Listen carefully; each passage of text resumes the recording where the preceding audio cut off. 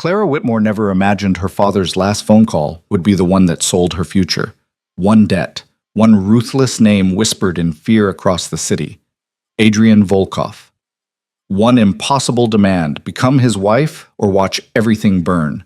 No courtship, no choice, just a contract signed in silence and a wedding that felt more like a funeral. She thought marriage meant partnership, maybe even love. Instead, she got a mansion that gleamed like a jewel, and a husband who looked at her like she didn't exist. Some prisons have golden bars. Hers had a wedding ring. If you're hooked, stay with me until the end. Hit that like button and comment your city so I can see how far Clara's story travels. The gallery smelled like old paper and linseed oil, the kind of scent that clung to Clara's clothes long after she left. She preferred it that way, something tangible to carry home, proof that beauty still existed in a world that felt increasingly gray. Her latest commission, a series of botanical illustrations for a natural history museum, spread across her drafting table in delicate graphite and watercolor. Foxglove, belladonna, oleander, beautiful poisonous things. She was adding the final veins to a deadly nightshade leaf when her phone rang. The number was unfamiliar, but the area code was local. Clara almost let it go to voicemail. Creditors had been circling for months, ever since her father's medical bills had mounted into something obscene. But something made her answer. Clara Whitmore? Speaking. This is Harbor View Memorial. I'm calling about your father, Richard Whitmore. I'm afraid there's been a complication. The pencil slipped from Clara's fingers. 20 minutes later, she was running through hospital corridors that smelled like antiseptic and desperation, her portfolio bag banging against her hip. The nurse who'd called had been vague on details. Complication could mean anything. But Clara knew her father's heart had been failing for 2 years. Every phone call felt like it might be the last. She found him in ICU, looking smaller than she remembered, grayer. The machines around him beeped in rhythm with her racing pulse. Dad? She took his hand, careful of the IV line. I'm here. Richard Whitmore's eyes opened slowly, struggling to focus. When they finally found her face, something like relief flickered there, followed immediately by something worse. Fear. Clara. His voice was barely a whisper. I'm sorry. Don't talk like that. You're going to be fine. No. His grip tightened with surprising strength. Listen, there's something I need to tell you, something I should have told you months ago. A cold feeling began to spread through Clara's chest. I borrowed money, Richard said. A lot of money. For the treatments, the experimental drugs the insurance wouldn't cover. I thought I could pay it back, thought I had more time, but he closed his eyes. The debt came due. And the man I borrowed from, Clara, he's not someone you can negotiate with. How much? Clara asked, though she wasn't sure she wanted to know. $250,000. The number hit like a physical blow. Clara's entire year of freelance work barely cleared $30,000. Her savings account held $800.12. Who did you borrow from? Richard's eyes opened again, and this time the fear in them was naked. Adrian Volkov. The name meant nothing to Clara, but the way her father said it, like invoking something dark and inevitable, made her skin prickle. He came to see me this morning, Richard continued, words tumbling out in a rush now as if he was racing against time. Made me an offer, a way to clear the debt completely. Clara's throat went dry. What kind of offer? He wants you to marry him. For a moment, Clara was certain she'd misheard. The machines beeped. A cart rattled past in the hallway. The fluorescent lights hummed overhead. Normal sounds in a moment that had suddenly become surreal. That's insane, she finally managed. He can't just... People don't... He can, Richard interrupted. And he will. Clara, you don't understand who Adrian Volkov is. He owns half this city. Real estate, shipping, casinos. And the half he doesn't own legally... He trailed off, but the implication was clear. He's not a man who hears the word no. So we'll go to the police. With what evidence? Everything was done properly. Contract, terms, interest rates, all legal on paper. Richard's laugh was bitter. That's how men like Volkov work. They make their devil's bargains look like legitimate business. Clara pulled her hand away, stood up, paced to the window. Outside, the city sprawled in all directions, lights beginning to twinkle as evening fell. Somewhere out there was this Adrian Volkov, a man who apparently thought he could buy a wife like he'd buy a car. won't do it, she said. He can't force me to marry him. No, Richard agreed quietly, but he can take everything else. The house, it's been used as collateral. Your mother's jewelry, the one thing she left you. He has legal claim to all of it now. He paused, and he made it clear that if you refuse, the debt doesn't disappear. It transfers. To you. Clara turned. What? I listed you as next of kin on the loan documents. I never imagined. Richard's voice broke. I've destroyed your life trying to save mine. I'm so sorry, Clara. The room felt too small, the walls closing in. Clara pressed her forehead against the cool glass of the window, trying to breathe, trying to think. $250,000. She could work for 10 years and never pay off that kind of debt. Every penny she earned would go to a man she'd never met, a stranger who'd decided she was worth purchasing.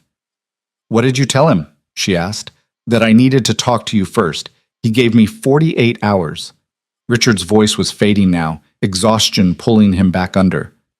Clara, I won't force you. If you want to refuse, I'll understand. We'll find another way. Somehow. But they both knew there was no other way. There was only the choice between bad and worse. Clara left the hospital as the sun set, painting the sky in shades of blood orange and bruised purple. She drove home on autopilot, her mind stuck in a loop of impossible thoughts. Marriage. To a stranger. A man whose name her father had spoken like a curse. Her apartment felt too quiet when she let herself in. The plants she'd been sketching all week sat on the windowsill, perfect and poisonous. She'd researched them meticulously, learned every detail of how they lured in their victims with beauty before delivering death. Was that what this was? A beautiful trap? She didn't sleep that night. Instead, she sat at her laptop and typed Adrian Volkov into the search bar. The results were extensive and carefully curated. Adrian Volkov, CEO of Volkov Enterprises. Adrian Volkov breaks ground on new waterfront development. Adrian Volkov donates $2 million to Children's Hospital. Society page photos showed a man in expensive suits at charity galas, always surrounded by important people, always with the same expression: controlled, distant, untouchable. But it was the photos themselves that stopped Clara's breath. He was beautiful in the way a knife was beautiful. Sharp. Dangerous. Impossible to look away from.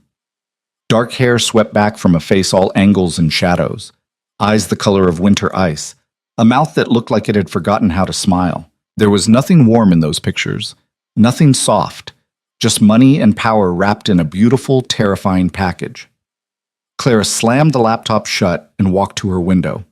The city glittered below, millions of lights representing millions of lives.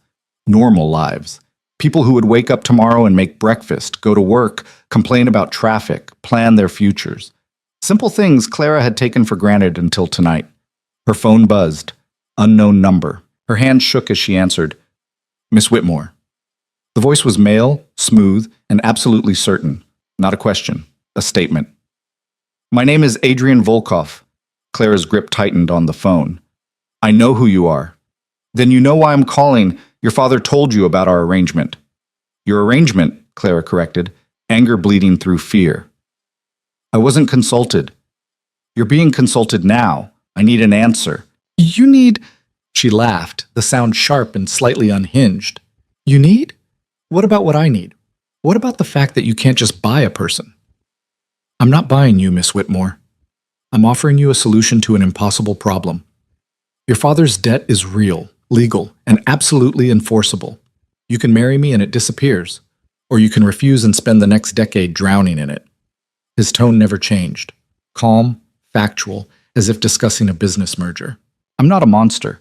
I'm a businessman making a practical proposal. Practical. Clara's voice shook. You think marriage is practical? This kind is. No love, no expectations beyond appearances. You'll live in comfort, want for nothing, and in exchange, you'll play the role of my wife at necessary functions. That's all. That's all, Clara repeated numbly. And what happens if I say no? I already told you. The debt stands. I'll collect every penny, Miss Whitmore. I always collect what I'm owed. There was no threat in his voice. He didn't need to threaten. The facts spoke for themselves. I need time to think. You have until tomorrow evening. I'll send a car for you at 7. We'll discuss the details then. He paused. I should mention, I've already had your father transferred to a private suite with the best cardiac team in the state. Experimental treatment, fully covered. He'll recover, Miss Whitmore. Whatever you decide, I keep my word on that. The line went dead before Clara could respond. She stood there in the dark, phone still pressed to her ear, and felt the trap snap shut around her. The car arrived exactly at 7, a sleek black Mercedes with windows tinted dark enough to hide secrets. The driver was professional and silent, holding the door without meeting her eyes. Clara climbed in wearing the only dress she owned that felt appropriate for meeting a man who owned half the city. Simple black, hem hitting just below her knees, the kind of thing you wore to funerals. The thought made her slightly nauseous. They drove through the city as night fell, leaving behind Clara's modest neighborhood for streets that grew progressively wider, quieter, more expensive. Trees lined the roads here, old growth that cost more to maintain than most people's yearly salary. Gates appeared, then walls, then estates that looked like they belonged in European countryside rather than urban sprawl. The car turned through wrought iron gates that opened automatically, swept up a drive bordered by manicured gardens, and stopped in front of a house that redefined Clara's understanding of wealth. Mansion didn't do it justice. It was all clean lines and enormous windows, modern architecture that managed to look both stark and stunning. Light spilled from those windows, warm against the cooling night, but somehow it didn't make the place feel welcoming. It felt like a museum. Beautiful, untouchable, cold. Miss Whitmore? A woman appeared at the front door, early 50s, hair pulled back in a severe bun, wearing a uniform that screamed professional staff. Mr. Volkov is expecting you. This way, please. Clara followed her through an entryway that could have fit her entire apartment, down a hallway lined with art that she recognized from auction catalogs, originals worth more than most houses, and into a study that smelled like leather and expensive whiskey. Adrian Volkov stood with his back to the door, looking out windows that overlooked the gardens. Even from behind, he commanded the space. Tall, broad-shouldered, perfectly still, like a predator waiting. Thank you, Mrs. Chen, he said without turning. That will be all. The door clicked shut behind Clara, and suddenly the room felt smaller. He turned then, and Clara's breath caught despite herself. The photos hadn't done him justice, or maybe they'd done him too much justice, because nothing could have prepared her for the reality of Adrian Volkov in person. He was devastating. That was the only word for it. Sharp cheekbones and a jaw that could cut glass, dark hair that looked like he'd been running his hands through it, and those eyes, pale gray, cold as winter frost, fixed on her with an intensity that made her feel simultaneously seen and dissected. Miss Whitmore. He moved toward her with the kind of controlled grace that came from absolute confidence, extended a hand. Thank you for coming. Clara stared at his hand for a moment before taking it. His grip was firm, warm, and over almost before it began. Did I have a choice? She asked. Something that might have been amusement flickered in those cold eyes. There's always a choice. You made yours by showing up. He gestured to a pair of leather chairs near the fireplace, unlit, just for show, and waited until she sat before taking the seat across from her, not beside her, across, maintaining distance. I don't believe in wasting time, Adrian began, so I'll be direct. I need a wife, not for love or companionship, but for appearances. My business requires a certain stability. A family man is trusted in ways a bachelor isn't. Contracts go smoother, investors feel more confident, it's strategic. So why me? Clara interrupted. If all you need is someone to stand next to you at parties, there must be plenty of women who'd volunteer, women you didn't have to blackmail. Blackmail is such an ugly word. Adrian's expression didn't change. And those women would have expectations, emotions, complications. You, on the other hand, have every reason to keep things simple. You don't want this marriage any more than I want the complications of a real one. That makes you perfect. Clara felt something cold settle in her stomach. You want someone who won't bother you. I want someone who understands the terms. This is a business arrangement. You fulfill your role, attend events, look happy, play the devoted wife in public, and in return, your father's debt disappears. You live here, comfortably, wanting for nothing. When enough time has passed and the business advantages have been secured, we divorce quietly. You walk away with a generous settlement. He made it sound so reasonable, so clean, like he was offering her a job, not a life. How long? Clara asked. 2 years? 3 at most. And in private? When there's no one watching? In private, we live separate lives. This house has 2 wings. You'll have yours, I'll have mine. We'll interact when necessary for appearances, but otherwise... He shrugged. We're strangers who happen to share an address. Clara looked around the study, at the expensive art and the leather-bound books that probably had never been read, at the fireplace that existed purely for aesthetic, everything beautiful, everything cold. What if I refuse? Then I collect the debt as legally entitled. Your father's house, your inheritance, and monthly payments from you until every penny is returned with interest. Adrian leaned back in his chair, perfectly relaxed. It would take you approximately 12 years at your current earning rate, longer if you factor in your own living expenses. You've done the math. I always do the math, Miss Whitmore. She wanted to hate him, should have hated him, but there was something almost honest in his coldness. He wasn't pretending to be a good man, wasn't dressing this up as anything other than what it was, a transaction. Somehow that was worse than if he'd tried to lie. If I agree, Clara said slowly, I have conditions. One dark eyebrow rose slightly. You're in no position to negotiate. Then you're in no position to have your perfect, uncomplicated arrangement. She met his eyes, refused to look away, even though everything in her wanted to. You want me to play a role? Fine. But I won't be a prisoner. I keep my work, my clients, my independence, and everything that doesn't directly affect your business image. Adrian studied her for a long moment. Agreed, what else? My father gets the best care available, for as long as he needs it. Already arranged. And when this is over, when we divorce, I walk away with enough money to start over, somewhere far from here. That was already implied in the settlement. Adrian stood, moved to a desk across the room, pulled out a document that looked like it had been prepared by an army of lawyers. Everything you've mentioned is outlined here, along with other relevant details, financials, public expectations, termination clauses. He set it on the small table between them. Read it. Have your own lawyer review it if you'd like. I'll need an answer in 48 hours. Clara stared at the contract. It was thick, official, terrifying, the kind of document that changed lives. And if I sign, then we'll be married within the month. Quiet ceremony, immediate family only. A honeymoon for appearances, 1 week, separate rooms. After that, life proceeds according to terms. He paused. You'll have everything you need materially, Miss Whitmore. I'm not cruel, just practical. There it was again. That word, practical. As if marriage could be reduced to terms and conditions, as if love was just an inconvenient complication to be avoided. Maybe he was right. Maybe Clara's ideas about marriage, partnership, companionship, mutual respect at minimum, were naive fantasies. Maybe this was actually more honest than most marriages. At least they both knew exactly what they were getting into. At least there would be no disappointment when love never came. I'll read it, Clara said, picking up the contract. It was heavy in her hands. And you'll have my answer in 2 days. Mrs. Chen will drive you home. Adrian moved toward the door, then paused, looking back at her. For just a moment, something flickered in those cold eyes, something that might have been curiosity or assessment or nothing at all. For what it's worth, Miss Whitmore, I'm sorry your father put you in this position. But I think we can make this work. Cleanly, simply. No one gets hurt. Clara wanted to tell him that someone was already hurt, that she was standing there with her future in her hands, bound in legal language, and hurt didn't begin to cover it. But she just nodded and followed Mrs. Chen back through the beautiful, empty house and into the car that would take her back to her small, simple, free life. For now.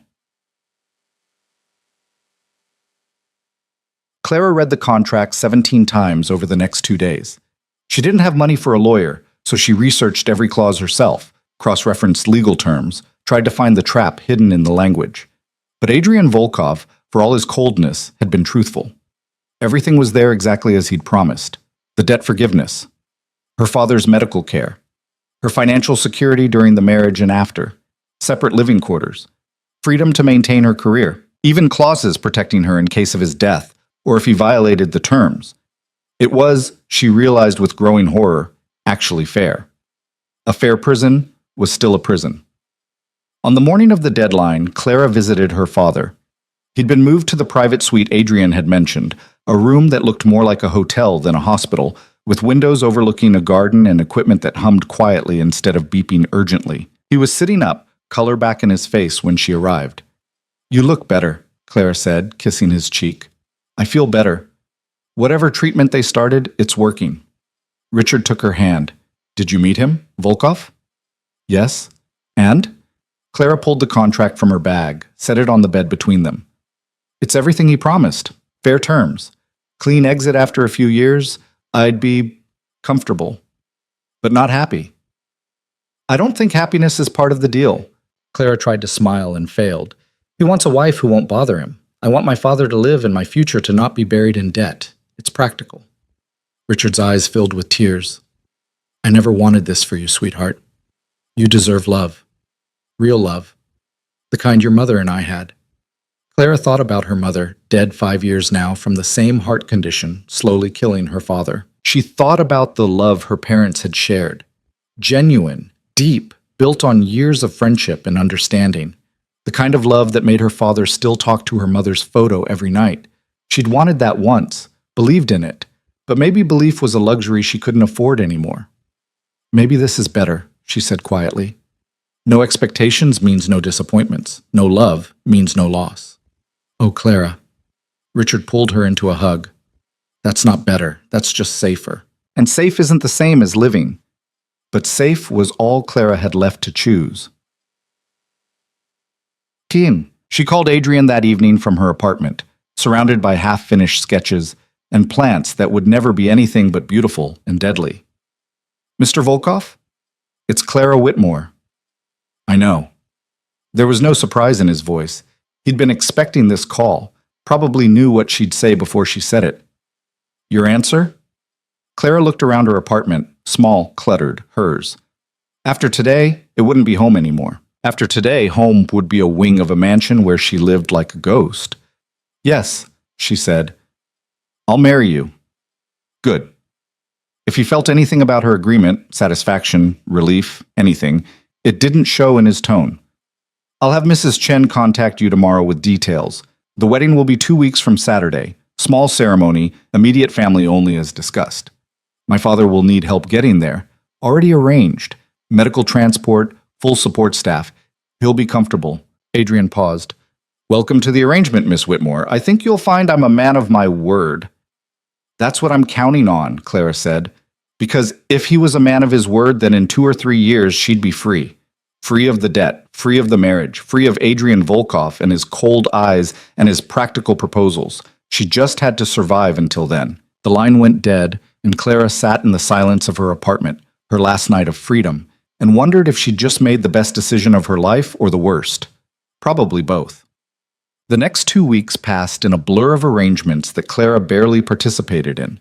Mrs. Chen handled everything with quiet efficiency. Dress selection, simple, elegant, expensive enough to look appropriate.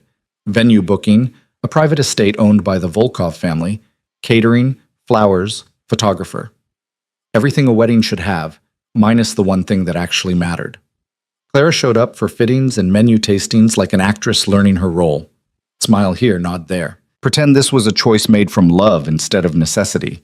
The dress was beautiful, she had to admit. Simple ivory silk that draped elegantly, no train, no veil. Not a princess costume, but something a woman would actually choose to wear. Clara wondered if Adrian had selected it, or if Mrs. Chen just had excellent taste. Either way, she'd look the part. The happy bride. The woman who'd chosen this. Her father was the only wedding guest on her side. Adrian's family consisted of an aunt who looked like she'd never smiled in her life, and a business partner who spent the whole ceremony checking his phone. The ceremony itself lasted 12 minutes. An officiant, hired for the occasion, stood in a garden gazebo wrapped in white roses and spoke words about love and commitment that rang hollow in the perfectly manicured space. Clara said, "I do," and felt like a liar. Adrian said, "I do," and sounded like he was signing a contract, which essentially he was. The kiss was brief, perfunctory, his lips touching hers for exactly the amount of time that looked appropriate for photos. There was nothing there, no heat, no emotion, no spark. Just 2 strangers playing parts.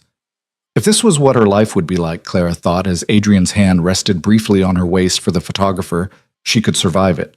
She'd survived worse. The reception was small, mercifully brief. Champagne and cake, and her father trying so hard to look happy for her that it broke Clara's heart. Adrian played his role perfectly, attentive enough to look believable, distant enough to maintain the boundary he'd established. By 10 o'clock, it was over. "Ready?" Adrian asked, his hand light on her elbow as the last guest departed. "Ready for what?" Clara almost asked.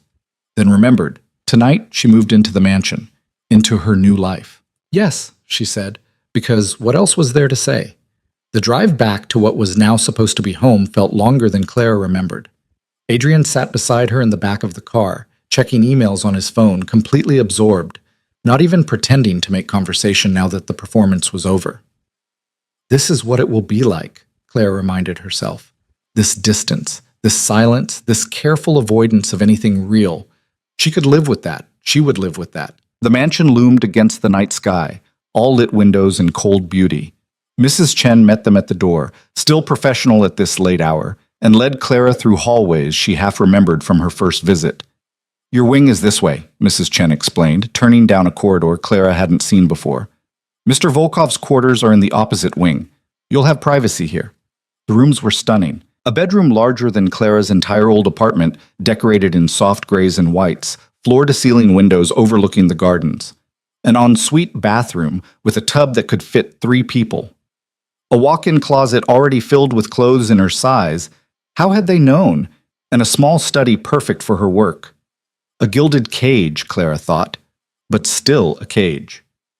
"Your belongings arrived this afternoon," Mrs. Chen said. "I had them placed in the study. I wasn't sure where you'd prefer your art supplies." Clara's throat tightened. Her art supplies. The plants she'd been sketching. The few personal items that made up her entire life, all boxed up and delivered like she was moving into a hotel. "Thank you," she managed. Mrs. Chen nodded. "Breakfast is at 7 if you'd like to join Mr. Volkov, though he typically eats in his study. Kitchen is always available if you prefer something different. Staff quarters are—" "I don't need a tour," Clara interrupted gently. "I'll figure it out." Another nod. "Of course. Good night, Mrs. Volkov." Mrs. Volkov. The name felt like a stone in Clara's chest. When she was finally alone, Clara unpacked her things slowly, trying to make this enormous, beautiful space feel like something other than a prison. Her sketches went on the desk. Her mother's jewelry box, one of the few things she'd saved from her childhood, on the nightstand. Her worn sketchbooks lined up on a shelf. It didn't help. The room still felt like it belonged to someone else. Clara changed into pajamas, her own, not one of the silk nightgowns she'd found in the closet, and climbed into a bed large enough to feel lost in. The sheets were soft, expensive, perfect. She'd never felt more alone. Somewhere in the opposite wing, Adrian was probably already asleep, or working, or doing whatever Adrian Volkov did when he wasn't playing the role of dutiful husband. It didn't matter. They were married in name only, strangers sharing an address, 2 people who'd made a practical arrangement. No expectations, no disappointments, no love, no loss. Clara pulled the covers up to her chin and stared at the ceiling of her beautiful prison and tried not to think about the fact that this was her wedding night and her husband hadn't even said goodnight. This was the deal she'd made. This was the life she'd chosen. And somewhere in the dark, in the silence, in the space between what should have been and what was, Clara finally let herself cry. The first morning, Clara woke disoriented in sheets too soft, in a room too large, in a life that didn't feel like hers. Pale sunlight filtered through curtains she didn't remember closing, painting everything in shades of silver and white. For a moment, one blessed, ignorant moment, she forgot where she was. Then she saw the wedding dress hanging on the closet door, still in its garment bag, and remembered everything. She was married to a stranger, living in his house, playing a role that would define the next 2 to 3 years of her life. Clara pushed herself out of bed and padded to the window. The garden stretched below, meticulously maintained, beautiful in that controlled way that left no room for wildness. A gardener was already at work, pruning something that looked perfect already, making perfection more perfect. Her phone said 6:47 a.m. Mrs. Chen had mentioned breakfast at 7. The question was whether Clara was expected to attend or if that had just been polite information. Adrian had been clear about separate lives.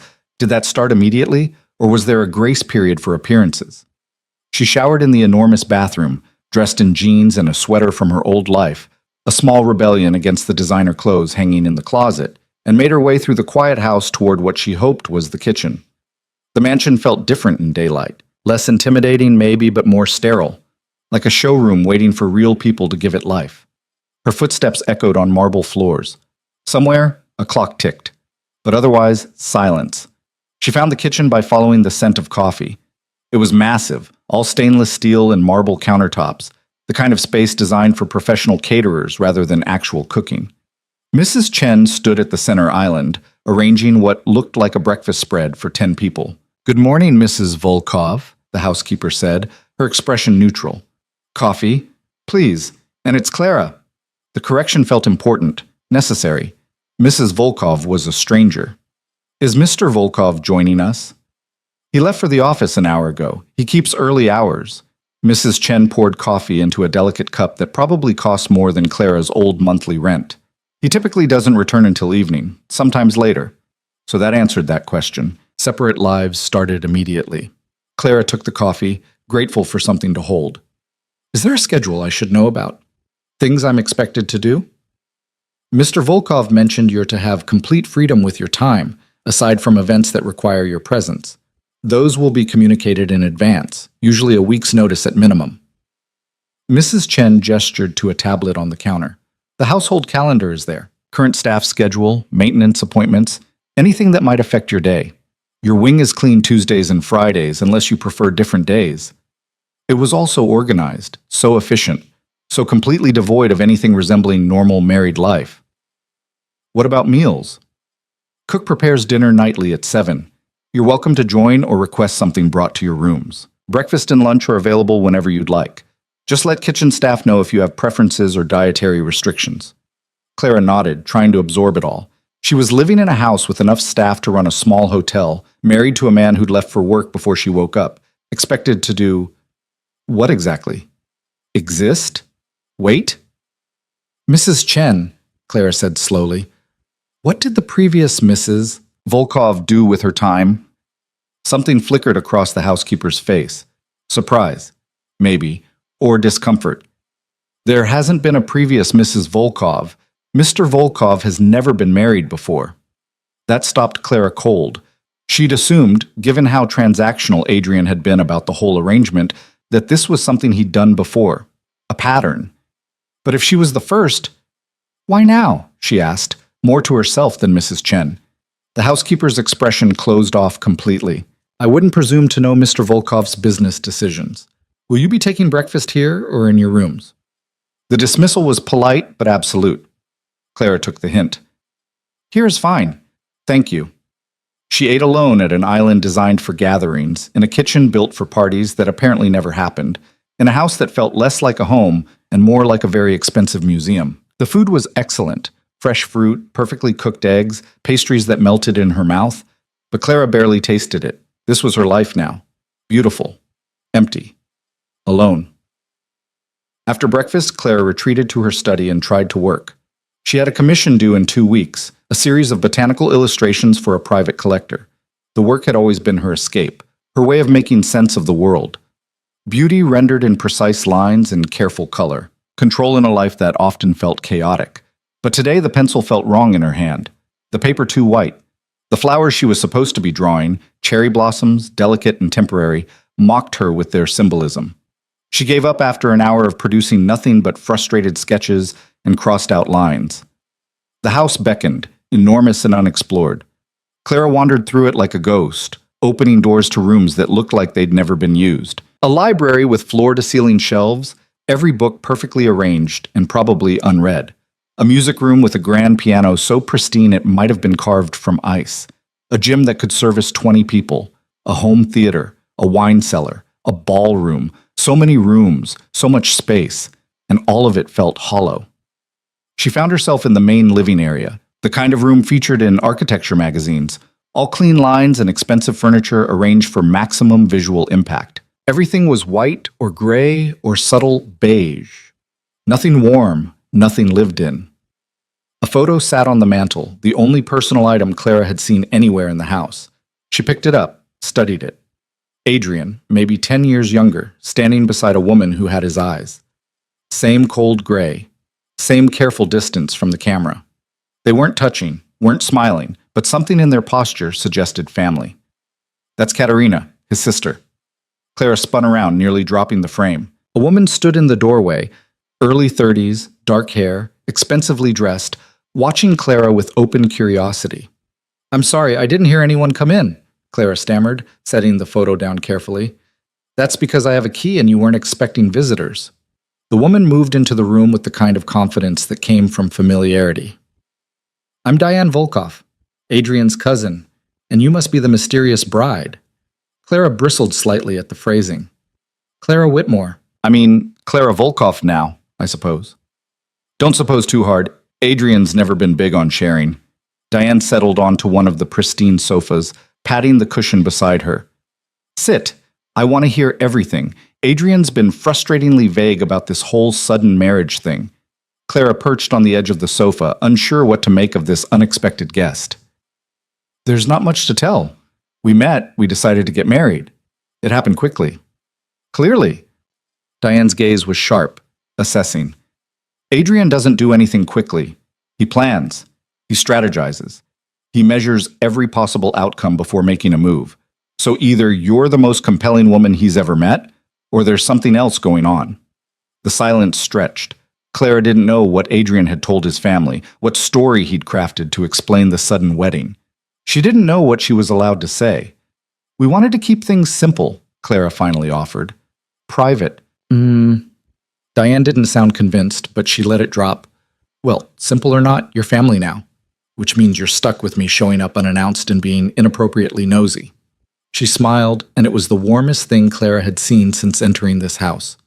"How are you settling in? Is Mrs. Chen taking good care of you?" "Everyone's been very efficient." "That's one word for it." Diane glanced around the sterile living room. "Adrian's idea of comfort is minimalist to the point of depressing. You should redecorate, add some color, some life, maybe something that doesn't look like it belongs in a corporate lobby." Clara thought about suggesting changes to a house that wasn't really hers, in a marriage that wasn't really real. "I don't think that's my place." "You're his wife. It's literally your place." Diane leaned forward conspiratorially. "Between you and me, Adrian needs someone to shake things up around here. He's been in control for so long, I think he's forgotten how to actually live. Everything's business, strategy, calculated moves. Maybe you'll be good for him." The words settled uncomfortably. Clara wasn't here to be good for Adrian. She was here to fulfill a contract, to play a role, to survive 2 or 3 years and then escape. "I don't think Adrian wants things shaken up," Clara said carefully. "Probably not, but that doesn't mean he doesn't need it." Diane stood, pulling car keys from her designer purse. "I have to run. Client meeting in an hour. But lunch next week? I'll show you the city, introduce you to people, help you navigate the whole society wife thing, unless you already know how to handle tedious charity luncheons and passive-aggressive rich women." "I definitely don't know how to handle that." "Perfect. Then you need me." Diane scribbled something on a business card and handed it to Clara. "My number. Text me your schedule and we'll set something up. And Clara?" She paused at the door. "Don't let Adrian's walls scare you off. He's not as cold as he pretends to be. He just doesn't remember how to be anything else." Then she was gone, leaving Clara alone in the sterile living room with a business card and more questions than answers. The days developed a rhythm. Adrian left before Clara woke and returned after she'd retreated to her wing. They existed in the same house like planets in separate orbits, never quite colliding. Clara worked on her commissions, explored the city, learned to navigate a life that felt simultaneously luxurious and suffocating. Mrs. Chen communicated the few times Adrian required Clara's presence, a business dinner here, a charity gala there. Clara would dress in the expensive clothes that kept appearing in her closet, meet Adrian at the appropriate time, and play the role of devoted newlywed. He was always polite, always attentive in public, his hand warm on her back, his smile almost convincing. Then they'd return home, and he'd disappear into his wing without a word. The performance over. The distance restored. 3 weeks into the marriage, Clara sat at the dinner table alone again, picking at food she didn't want, when Mrs. Chen appeared. "Mr. Volkov asked that you join him in his study when you've finished your meal." Clara's fork paused halfway to her mouth. In 3 weeks, Adrian had never requested her presence outside of scheduled public appearances. "Did he say why?" No, ma'am, just that it's important. Important. The word carried weight in this house, where everything operated on careful protocol and established patterns. Clara abandoned her dinner and made her way through the house to Adrian's wing, territory she'd carefully avoided until now. His study door stood open, warm light spilling into the hallway. Clara paused at the threshold, suddenly nervous. This was his space, his sanctuary, and she was about to invade it. "Come in," Adrian's voice called before she could knock. The study was exactly what she'd expected. Dark wood, leather furniture, shelves lined with legal texts and business journals. Adrian sat behind a massive desk, still wearing his suit from work, tie loosened slightly. He looked tired, she realized, shadows under his eyes that hadn't been there at the wedding. "You wanted to see me?" Clara stayed near the door, uncertain. "We have an event Friday night, major one." Adrian gestured to the chair across from his desk. "Sit. We need to discuss details." Clara sat, hands folded in her lap like a student called to the principal's office. "It's the annual Riverside Foundation Gala," Adrian continued, pulling up something on his computer. 500 guests, extensive media coverage, most of the city's business and political elite will be expected to make an entrance, stay for the duration, participate in the auction. That sounds intense. It is. It's also the first major public appearance since our wedding. People will be watching, judging, looking for cracks. His gray eyes fixed on her with that unnerving intensity. "We need to be convincing." "I thought we'd been convincing at the other events." "Those were warm-ups, small dinners, intimate gatherings. This is different. This is where reputations are built or destroyed, where the right impression can secure million-dollar deals or tank them." He paused.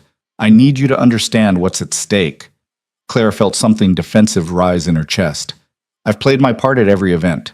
Smiled, made conversation, acted appropriately. What more do you want?" "I want you to look happy. Not just polite, not just appropriate. Happy. Like you chose this, like we're—" He stopped, seemed to struggle with the word. "Real." The irony wasn't lost on Clara. He wanted her to fake an emotion he'd specifically designed their arrangement to exclude. That's a lot to ask from someone who barely sees her husband. The words came out sharper than intended. Adrian's expression didn't change, but something flickered in his eyes, surprise maybe, that she'd pushed back. "You're right," he said after a moment. "The distance has been strategic. I thought it would make things easier, cleaner. It makes things lonely." Silence filled the space between them. Clara hadn't meant to say that, hadn't meant to show that particular vulnerability, but it was true. The house was enormous and empty, and she was more alone now than she'd ever been in her small apartment with its thin walls and noisy neighbors. "I apologize," Adrian said finally. "That wasn't my intention." "Wasn't it? You said yourself you wanted someone who wouldn't bother you, someone who'd stay out of your way. I'm doing exactly what you asked." "I know." He stood, moved to the window, his back to her. "And it's exactly what I thought I wanted. But apparently, what works in theory doesn't always translate to practice." Clara waited, sensing there was more. "People are starting to comment," Adrian continued. "Not publicly, but in those careful ways that matter in business. Questions about why we're never seen together outside required events. Why you look like you'd rather be anywhere else. Why I seem—" He trailed off. "Seem what?" "Indifferent." He turned to face her. "Indifference doesn't play well at these things. It makes people nervous. Makes them think the marriage is already failing, which makes them wonder about stability, which makes them hesitant about contracts and investments. So that's what this was about. Not loneliness or connection, but business, always business." "What do you want me to do, Adrian? Gaze at you adoringly? Laugh at jokes that aren't funny? Pretend we have some grand love story when we both know this is just a contract?" "I want you to try." His voice was quiet but firm. "For one night, this gala. Give people something to believe in. Then afterward, we can go back to our separate lives if that's what you prefer." Clara stood, suddenly exhausted by the conversation, by the whole situation. "Fine. I'll be the perfect devoted wife for your important gala. I'll smile and laugh and make everyone believe we're blissfully happy. But don't expect me to keep pretending when we're alone." She was halfway to the door when his voice stopped her. "Clara." She turned. "I know this isn't what you wanted, what you deserved." Adrian's expression was unreadable, that careful mask he always wore. But I'm trying, in my own way. I thought distance was kindness. Maybe I was wrong. Maybe you were, Clara agreed. Or maybe we're both just trying to survive something neither of us knows how to handle. She left before he could respond, her heart pounding harder than the conversation warranted. Something had shifted in that study. Some small crack in the perfect cold arrangement they'd constructed. Clara wasn't sure if that was dangerous or necessary. Maybe both. Friday arrived wrapped in anxiety and expensive fabric. The gown that had been delivered to Clara's room that morning was stunning. Deep emerald silk that brought out the green in her hazel eyes. Elegant without being ostentatious. Clearly chosen by someone with excellent taste and too much money. Clara stood before the mirror while a stylist Mrs. Chen had hired worked on her hair, transforming her usual simple ponytail into something sophisticated. Makeup followed, subtle but effective, enhancing without overwhelming. By the time they finished, Clara barely recognized herself. She looked like she belonged at a high society gala, like someone who'd naturally be on Adrian Volkov's arm, like a completely different person. "You look beautiful, Mrs. Volkov," the stylist said, packing up her supplies. Clara stared at her reflection. Beautiful. Polished. Perfect. Fake. A knock on her door interrupted her thoughts. "Car leaves in 10 minutes, Mrs. Chen called. "Right. Showtime." Adrian was waiting in the foyer when Clara descended the stairs, and for just a moment, one brief, unguarded moment, something crossed his face when he saw her. Not quite surprise. Not quite appreciation. Something else entirely. Then the mask was back, and he was offering his arm like they'd rehearsed this 1,000 times. "You look lovely," he said, and it sounded almost genuine. "You clean up pretty well yourself," Claire replied, taking his arm. He was wearing a tuxedo that probably cost more than her old car, perfectly tailored to his frame. If Clara was being objective, which was difficult when her hand rested on his arm and she could feel the warmth of him through the fabric, Adrian Volkov was devastatingly attractive. Too bad his personality was ice. The gala was held at the Riverside Grand Hotel, a historic building that dripped old money and older traditions. They arrived fashionably late, Adrian's strategy, Clara assumed, and immediately became the center of attention. Cameras flashed, people turned to stare. Whispers followed them through the marble-floored lobby. "Smile," Adrian murmured, his hand settling at the small of her back. "Like you're happy to be here." Clara smiled. Bright, warm, completely artificial. "Better?" she whispered back. "Perfect."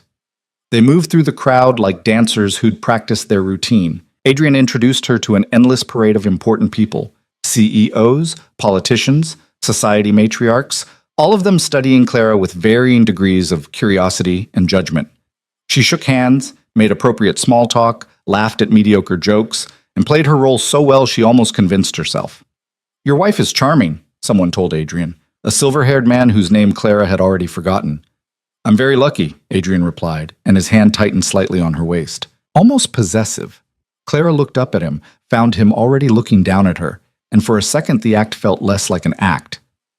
Then the moment passed, and they were moving again, circulating through the ballroom, maintaining the performance. The evening blurred into a succession of conversations that all felt the same. Yes, the wedding had been wonderful. No, they weren't planning a honeymoon yet. Adrian's schedule was too demanding. Yes, she was adjusting to married life beautifully. Yes, they were very happy. Lies wrapped in silk and champagne. Clara excused herself to the restroom after the 3rd hour, needing a break from the smiling and the pretending. The ladies' lounge was mercifully empty, all marble and gilt mirrors and a sitting area that probably cost more than most people's homes. She was touching up her lipstick when 2 women entered, clearly mid-conversation. "Can't believe Adrian actually went through with it," one was saying. Marriage was the last thing anyone expected from him. "She's pretty enough, I suppose," the other replied. "Though very common. I heard she was some kind of artist. Can you imagine?" Clara froze, hidden by the angle of the mirrors, suddenly invisible. "The rumor is it's a business arrangement," the first woman continued. "Something to do with his expansion into European markets. Apparently having a wife makes him look more stable, more trustworthy. How practical, though I give it a year before he gets bored and finds a mistress. You know how these arranged marriages go." They laughed, the sound echoing off the marble, and Clara felt something cold settle in her stomach. It shouldn't hurt. These women were strangers, and they were right about the arrangement part. But hearing her marriage dismissed so casually, herself judged so harshly, stung more than she'd expected. The women finally left, still laughing, and Clara took a moment to steady herself before returning to the ballroom. Adrian was waiting near the bar, scanning the crowd. His expression when he spotted her was almost concerned. "You were gone a while," he said as she approached. "Long line," Clara lied. "I'm fine." "You don't look fine. You look upset." Perceptive. That was unexpected. "Just tired. These events are exhausting." Adrian studied her for a moment, then made a decision. "Let's get some air." He led her through French doors onto a balcony overlooking the river. The night was cool, autumn settling in, and Clara shivered slightly in her silk gown. Adrian immediately shrugged out of his jacket and draped it over her shoulders. The gesture was so automatic, so natural, that it caught Clara off guard. "Thank you," she murmured. They stood in silence, watching the city lights reflect on the water. Music drifted from the ballroom behind them, but here it was quieter, almost peaceful. "What happened in there?" Adrian asked finally. "Nothing. Just overheard some people talking. About us." It wasn't a question. Clara nodded. "What did they say?" "The truth, mostly, that this is an arrangement, that you married me for business reasons, that I'm common and inappropriate, and you'll probably take a mistress within the year." The words spilled out before she could stop them, all the hurt she'd tried to swallow. Adrian's jaw tightened. "Give me names." "What?" "The women who said that. Give me their names and I'll make sure they regret it." Clara turned to face him, startled by the anger in his voice. "You can't—" "I can do whatever I want. No one speaks about my wife that way." "Your fake wife," Clara corrected. "In a fake marriage. They're not wrong, Adrian." "They are wrong." His hands gripped the balcony railing, knuckles white. "This marriage is real. Legally, socially, in every way that matters publicly. And you are not common. You're talented, intelligent, and graceful under pressure. You've handled every impossible situation I've put you in with more dignity than most people could manage." The compliments hit like unexpected blows. Clara didn't know what to do with them. "Why do you care what they think?" she asked quietly. "Because—" Adrian stopped, seemed to struggle with the answer. "Because the arrangement might be practical, but that doesn't give anyone the right to diminish you. You deserve respect. You've earned it." Something in Clara's chest loosened slightly. It wasn't love, wasn't even affection really, but it was more than she'd expected from him, more than indifference. "Thank you," she said, "for saying that." Adrian looked at her then, really looked at her, and Clara saw something shift in those gray eyes. Like he was seeing her for the first time as an actual person, rather than a role to be filled. "We should go back inside," he said finally. "The auction's starting soon, and we're expected to participate." Clara nodded, started to remove his jacket. "Keep it," Adrian said. "You're cold." They returned to the ballroom together, his jacket still draped over her shoulders, and somehow the gesture felt more intimate than any of their practiced public affection. The auction was exactly what Clara expected. Obscene amounts of money thrown at luxury items and exclusive experiences. Adrian bid on and won a week at some villa in Tuscany that he'd probably never use. Clara tried not to think about how much money had just been spent on something so pointless. Midnight approached, and the crowd began to thin.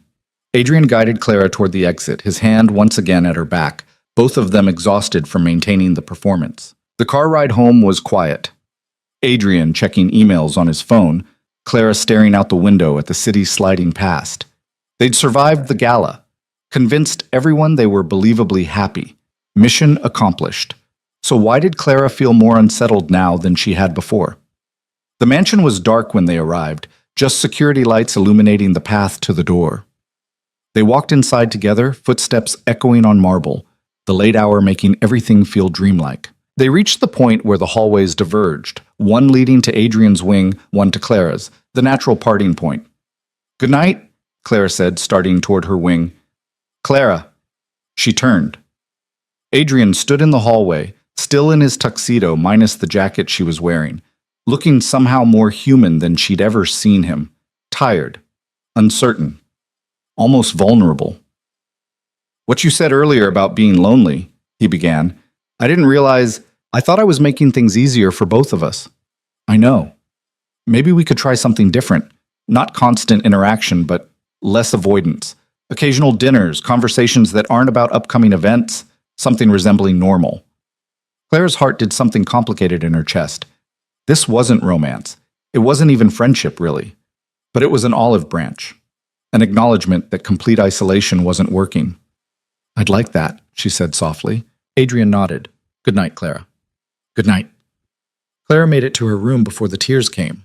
Not sad tears exactly, but something more complicated. Relief, maybe, or hope, or just exhaustion from holding everything in for so long. She hung up the gown, removed the jewelry, washed off the makeup that had made her look like someone else. And when she finally climbed into bed, she was wearing Adrian's tuxedo jacket because it was warm and because, for some reason she didn't want to examine, she wasn't ready to give it back yet. The next morning, Clara woke to find a note slipped under her door. Adrian's handwriting, clean and precise. "Dinner tonight, 7 p.m., main dining room. If you prefer not to, I understand. But I meant what I said about trying." Clara read it 3 times, her thumb tracing over the single initial signature. Then she texted back, "I'll be there." It wasn't much. One dinner. One attempt at something less isolating than the arrangement they'd established. But it was more than they'd had before, and for the first time since saying "I do" in that garden gazebo, Clara felt something other than resignation about her marriage. She felt curious. Dinner became a ritual neither of them had planned but both seemed to need. Not every night. Adrian's schedule was too unpredictable for that. But 3 or 4 times a week, they'd meet in the dining room at 7 and share a meal like 2 people learning a language neither spoke fluently. The first few dinners were awkward, filled with long silences and careful small talk about safe topics. The weather. Clara's latest commission. Adrian's upcoming business trip to Chicago. Conversation that skimmed the surface without diving deeper. But slowly, incrementally, something shifted. 2 weeks after the gala, Clara arrived at dinner to find Adrian already seated, tie loosened, looking more relaxed than she'd seen him. A bottle of wine sat open on the table, not the expensive vintage they served at events, but something simpler. "Rough day?" she asked, taking her usual seat across from him. 3 contract negotiations, 2 conference calls with London, and a supplier who thought he could renegotiate terms mid-deal. Adrian poured wine into both their glasses. "So yes, rough. Did you win?" "Always." He said it without arrogance, just fact. "The supplier will honor the original contract or find himself blacklisted from every major buyer in the region." Clara took a sip of wine, studying him over the rim of her glass. "That seems harsh." "That's business. You can't show weakness or everyone tries to take advantage." Adrian paused. "What about you? How was your day?" It was such a normal question, the kind husbands asked wives in real marriages. Clara still wasn't used to it. "I finished the Cherry Blossom series. Sent it to the client this morning." "And?" "They loved it. Want to commission another set for next spring." Clara felt a small flush of pride. "It's not a huge account, but it's steady work." "You're talented," Adrian said simply. "They're lucky to have you." The compliment landed softer this time, less startling than it had been on the balcony. Clara was learning that Adrian didn't say things he didn't mean. Every word was measured, considered, true. "Thank you," she said. Dinner arrived, perfectly prepared, beautifully plated, brought by staff who disappeared as silently as they'd come. They ate in companionable quiet for a while, the silence less uncomfortable than it had been. "Can I ask you something?" Clara ventured. Adrian looked up. "Of course." "Why did you really need to get married? I know you said it was for business stability, but there has to be more to it than that." For a moment, she thought he wouldn't answer. His expression closed off slightly, that careful mask sliding back into place. Then he set down his fork and met her eyes. "There's a merger I've been working on for 3 years. Volkov Enterprises acquiring a major European shipping conglomerate. It would triple our international presence, open markets we've never had access to." He paused. "The family who owns the company is old world, traditional. They don't trust unmarried men in their 40s. They think it indicates instability, lack of commitment, inability to build something lasting." "So you built a marriage instead?" "I built the appearance of one, yes." Adrian's gaze didn't waver. "They want to see a family man, someone settled, someone who represents the kind of values they hold important.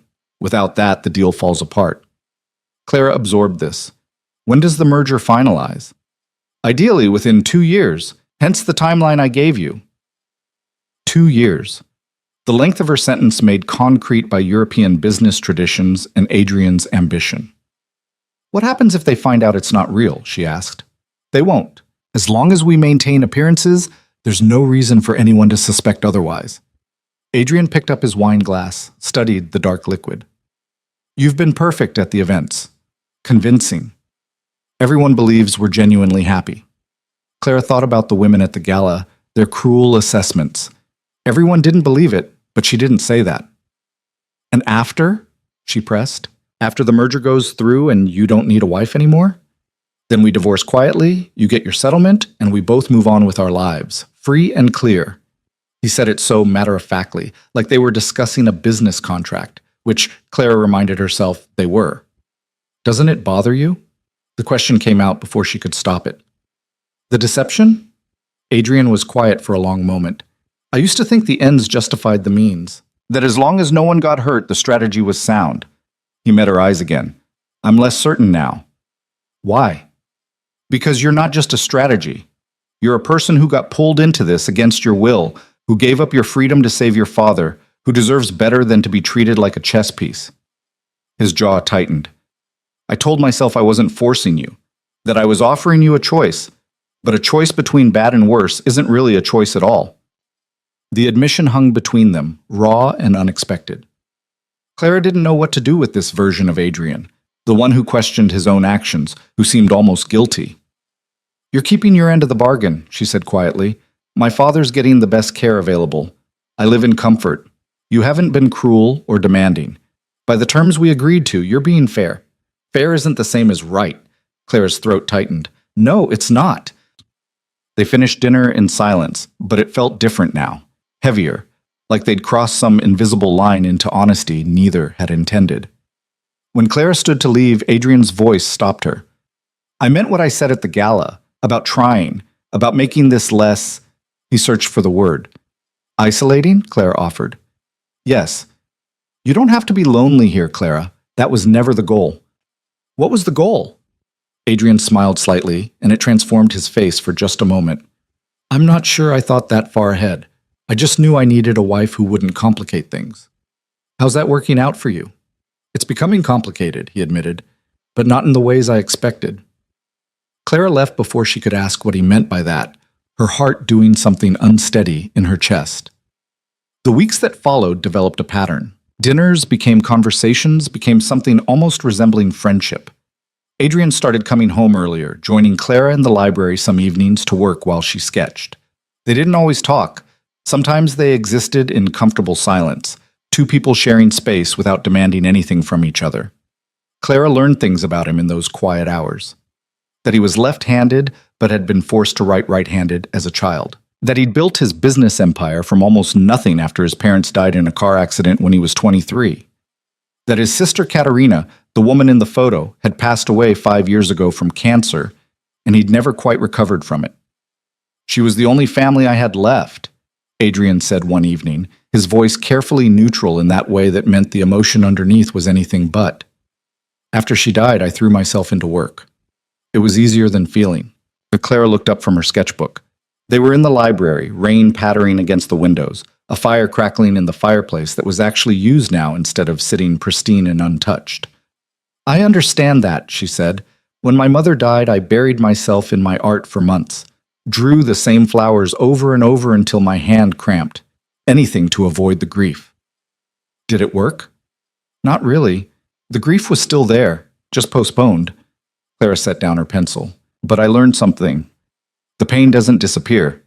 It just becomes part of you, changes shape, becomes survivable. Adrian was quiet, staring into the fire. Katerina would have liked you. She always said I needed someone who'd call me on my bullshit. Do I do that? Constantly. It's refreshing. He smiled slightly. She also would have torn apart this whole arrangement, told me I was being an idiot, that you can't contract your way into happiness. She sounds wise. She was, and I miss her every day. Adrian's hands tightened on the arms of his chair. I think that's part of why I structured this marriage the way I did. No emotional investment means no loss. Can't grieve what you never let yourself care about. The confession settled between them like a physical thing. Clara understood then.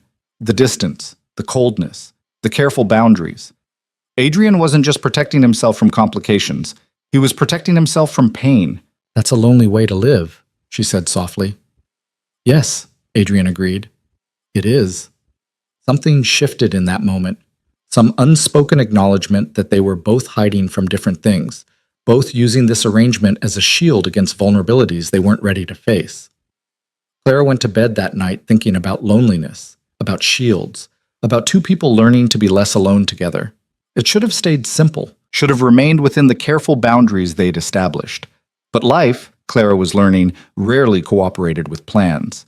She realized something was wrong on a Tuesday morning, 3 months into the marriage. Nausea woke her before dawn, sending her stumbling to the bathroom. She blamed it on the rich dinner from the night before, took some antacid, and tried to go back to sleep. But it happened again Wednesday and Thursday, and by Friday, when the smell of coffee made her gag, Clara felt the first whisper of impossible suspicion. No, it couldn't be. They'd been so careful. That one night, the night that still lived in her memory in fragments of heat and unexpected connection, had been weeks ago. A moment of weakness when Adrian had come home late from a brutal negotiation, when Clara had still been awake reading in the library, when they'd shared too much wine and too much honesty, and somehow ended up tangled together in a way that shattered every boundary they'd constructed. They'd never spoken about it afterward. Adrian had returned to his wing before dawn, and by the next evening, they'd silently agreed to pretend it never happened. Back to separate lives. Back to the arrangement. Except bodies didn't care about arrangements. Clara bought 3 pregnancy tests on her way home from visiting her father, hands shaking as she paid cash like she was purchasing something illicit. She took them to her bathroom, locked the door even though Adrian never came to her wing uninvited, and waited. Positive. All 3. Clara sank to the floor, tests scattered around her, and tried to process what this meant. She was pregnant with Adrian's child. In a marriage designed to end. In an arrangement that explicitly excluded the possibility of this exact scenario. The panic came first, sharp and overwhelming. Then the planning part of her brain kicked in, the part that had gotten her through her mother's death and her father's illness and the impossible choice that led to this marriage. She couldn't raise a child here, couldn't bring a baby into this cold, empty arrangement where love was forbidden and emotions were complications to be avoided. A child deserved more, deserved parents who wanted them. A home filled with warmth, a life built on something real. Clara had been surviving in this gilded cage, convincing herself she could make it 2 or 3 years. But a child changed everything. She would leave, had to leave, would save enough money, plan carefully, and disappear before Adrian even knew, before he could turn this child into another contract, another strategic asset to be managed. The decision solidified over the following days. Clara opened a new bank account at a different institution, one Adrian's people couldn't track. Started transferring small amounts from the household account Mrs. Chen had given her access to. Nothing large enough to trigger attention, but enough to build an escape fund. Researched cities far from here, places where she could start over. She maintained the facade perfectly. Still showed up for dinners when Adrian was home. Still made appropriate conversation. Still played the role of dutiful wife at the 2 events they attended that week. But inside, she was planning her exit. 2 weeks after the positive tests, Clara had almost enough saved. Another month, maybe 2, and she could disappear cleanly. She'd leave a note, nothing cruel, but nothing that invited pursuit. By the time Adrian realized what had happened, she'd be gone. The plan was solid, careful, sound. Then everything fell apart on a Wednesday night. Clara was in her study reviewing bus schedules to a city 1,200 miles away when she heard shouting from somewhere else in the house. Male voices, raised in anger, unusual in a place that ran on perfect quiet efficiency. She moved into the hallway following the sound. It led to Adrian's wing, to his study, where the door stood partially open. "Don't care what Marcus thinks he can do," Adrian's voice, cold and sharp. "Tell him if he makes a move against me, I'll bury him." "He's not making idle threats, Adrian." Another man's voice, one Clara didn't recognize. "He's already contacted your European partners, spreading rumors about instability, about your marriage being a sham. Let him spread whatever he wants. I have documentation, proof, a wife who shows up when required and plays her part perfectly." That might not be enough. Marcus has connections. If he can cast enough doubt, convince the merger partners that your marriage is fraudulent, it's not fraudulent. It's legal, binding, and entirely legitimate. Claire's hand pressed against the wall, steadying herself. Someone was actively trying to destroy Adrian's merger, using their marriage as ammunition. There's something else, the unknown man continued. Marcus has hired someone, a professional. We've intercepted communications suggesting he's planning something more direct. More direct how? The kind of direct that eliminates problems permanently. The silence that followed felt heavy with implication. Clara's blood ran cold. When? Adrian's voice had gone quiet, dangerous. We don't know. Soon. He's getting desperate, and desperate men do stupid things. Double security. I want eyes on everything. The house, the office, anywhere I go regularly. And Clara, make sure she's protected too. Already done. I've had a team on her since we got the first hint of Marcus's plans. Clara stepped back from the door, mind racing. Adrian had security watching her, had known there was danger, and hadn't said a word. She should have retreated to her wing, should have pretended she'd never heard any of this. Instead, she pushed the door open fully and walked in. Both men turned. Adrian's expression shifted from surprise to concern to something that might have been anger. Clara, how long have you been standing there? Long enough. She looked at the other man, older, graying, with the bearing of someone military or law enforcement.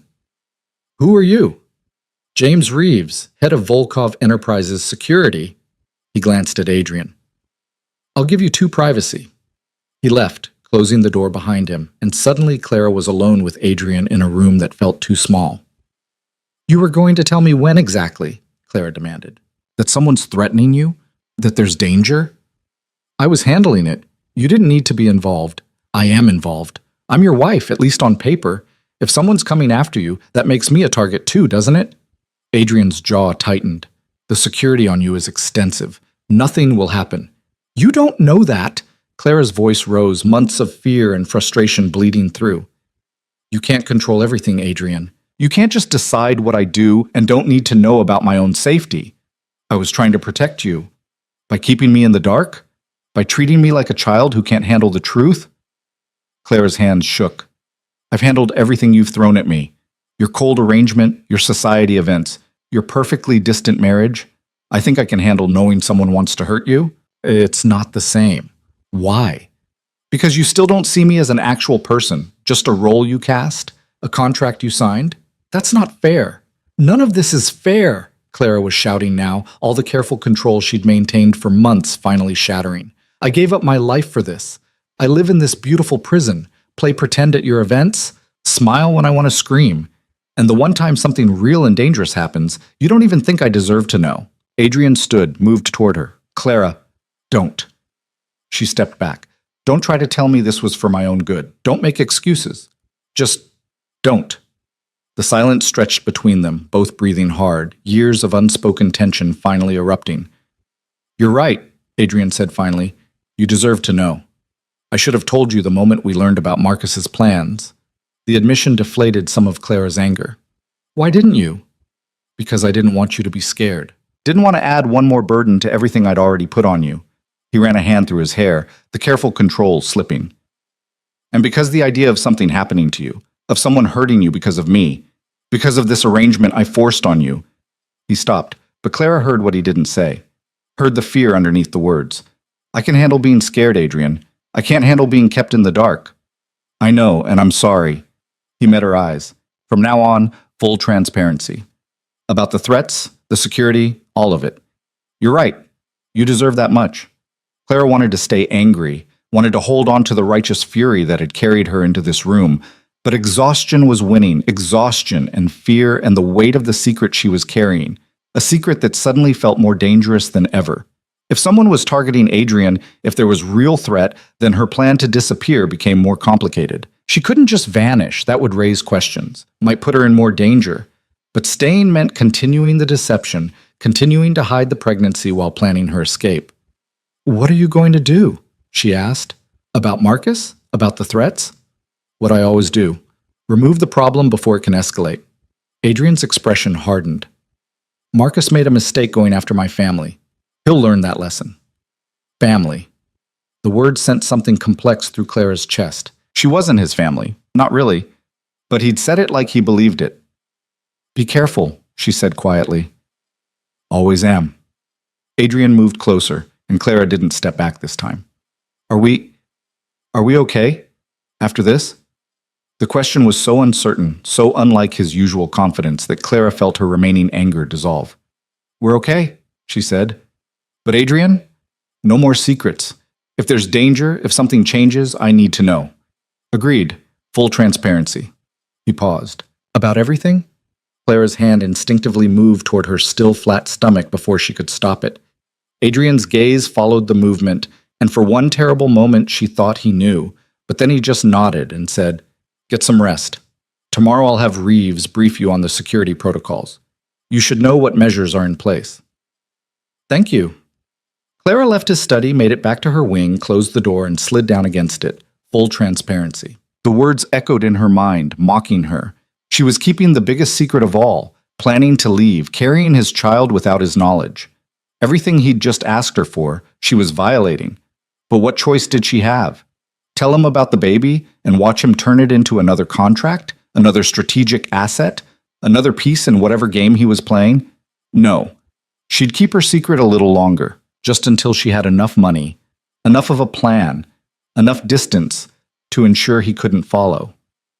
Clara pressed a hand to her stomach, to the tiny life growing there that changed everything. I'm sorry, she whispered to the child who couldn't hear her yet. I'm sorry your father and I are both liars. Sorry you're being born into this mess. But I promise, I'll get us out. I'll give you a real home, real love, everything I never had in this place. She stayed there on the floor for a long time, planning and plotting and trying not to think about the fact that the man down the hall, the man she was lying to, had just promised her complete honesty. The irony would have been funny if it wasn't so devastating. The next morning, James Reeves arrived at breakfast with a folder full of security protocols and a calm professionalism that should have been reassuring but just made Clara more aware of how dangerous the situation had become. There are 4 agents assigned to you at all times, he explained, spreading photos across the table. You won't see them, but they're always there. When you leave the house, they follow. When you're home, they monitor the perimeter. Clara stared at the photos of serious-faced men and women she'd never noticed. 4 people watching me constantly? It's necessary. Marcus Dalton isn't subtle when he decides to make a move, and we have intelligence suggesting he sees you as leverage. Reeves's expression was grim. Taking you would hurt Adrian more effectively than any business maneuver. The words settled like ice in Clara's stomach. She wasn't just Adrian's wife in name. She was a target, a weakness someone thought they could exploit. How long has this been in place? She asked. Since about a week after your wedding. Mr. Volkov wanted you protected from the start. A week after the wedding. All this time, she'd thought she was alone in the city, invisible, free to plan her escape, but she'd been watched, monitored, every movement tracked by people whose job was to keep her safe, every movement that would make it impossible to disappear without being caught. Clara's carefully constructed exit plan crumbled in her mind. She couldn't just buy a bus ticket and vanish, couldn't pack a bag and slip away in the night. 4 trained professionals would stop her before she made it to the end of the driveway. She was more trapped than she'd ever realized. Mrs. Volkov? Are you all right? Reeves was watching her with concern. Fine, just processing. Clara forced herself to focus. What else do I need to know? Reeves walked her through protocols, safe words, emergency contacts, what to do if she noticed anything suspicious. Clara absorbed it all mechanically, her mind spinning with the implications. When he finally left, Adrian appeared in the doorway of the dining room. That was a lot of information, he said. How are you holding up? I'm fine. You don't look fine. You look pale. He moved closer, studying her face. Are you feeling all right? Should I call a doctor? Clara's heart jumped. No, I'm just tired. I didn't sleep well. Adrian's expression softened slightly. This is a lot to take in. The security, the threats. I know it's overwhelming. I can handle it, Clara said, perhaps too sharply. I know you can. Adrian pulled out a chair, sat across from her. But you don't have to handle it alone. Whatever you need. More security, someone to talk to, anything. Just ask. The kindness in his voice, the genuine concern, made Clara want to scream. He was trying, actually trying to be a decent person, a decent husband, and she was lying to him with every breath. Actually, she said slowly, I do need something. Name it. Space. Just a few hours without security watching me, without feeling monitored.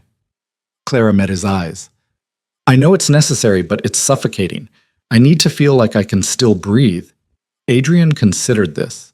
I can have the team pull back slightly when you're in the house, give you more privacy in your wing, but when you leave, they stay close. That's non-negotiable. It wasn't what Clara needed, but it was something. Thank you. Anything else? Yes, she wanted to say. I need you to let me go. I need to raise this child somewhere far from here, somewhere safe, somewhere real. I need to stop pretending this marriage could ever be anything but a beautiful lie. But instead, she just shook her head and said, No, that's enough.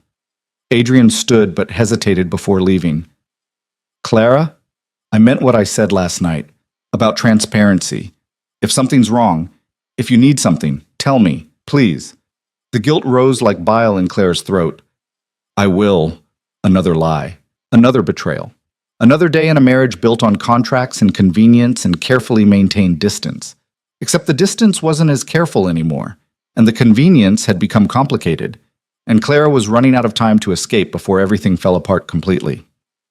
That night, alone in her wing with security she now knew was watching, Clara made a decision. She couldn't leave yet. The security made that impossible, but she could prepare, could save money, could research, could plan for the moment when the threats ended and the surveillance relaxed and she could finally run. And in the meantime, she'd play her role. Perfect wife, devoted partner. Woman who'd chosen this life. She just had to survive a little longer, just had to keep her secrets a little while more. Just had to hope that when everything finally fell apart, because it had to, she'd be far enough away that the explosion couldn't touch her. Clara pressed a hand to her stomach, to the secret growing there, and whispered another promise into the darkness. Soon. I'll get us out soon, just hold on. But even as she said it, she knew the truth.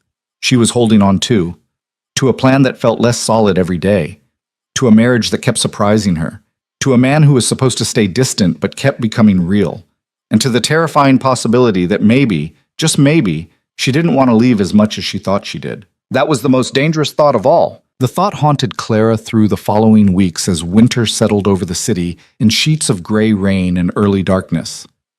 She found herself watching Adrian across the dinner table, studying the way he listened when she talked about her work, the small smile he'd developed when she made a dry observation about the society events they attended. He was becoming real to her in ways that terrified her more than any threat from Marcus Dalton ever could. The pregnancy progressed in secret. Morning sickness gave way to an exhaustion Clara blamed on stress. Her clothes still fit, her body not yet betraying what she was hiding, but she knew it was only a matter of time.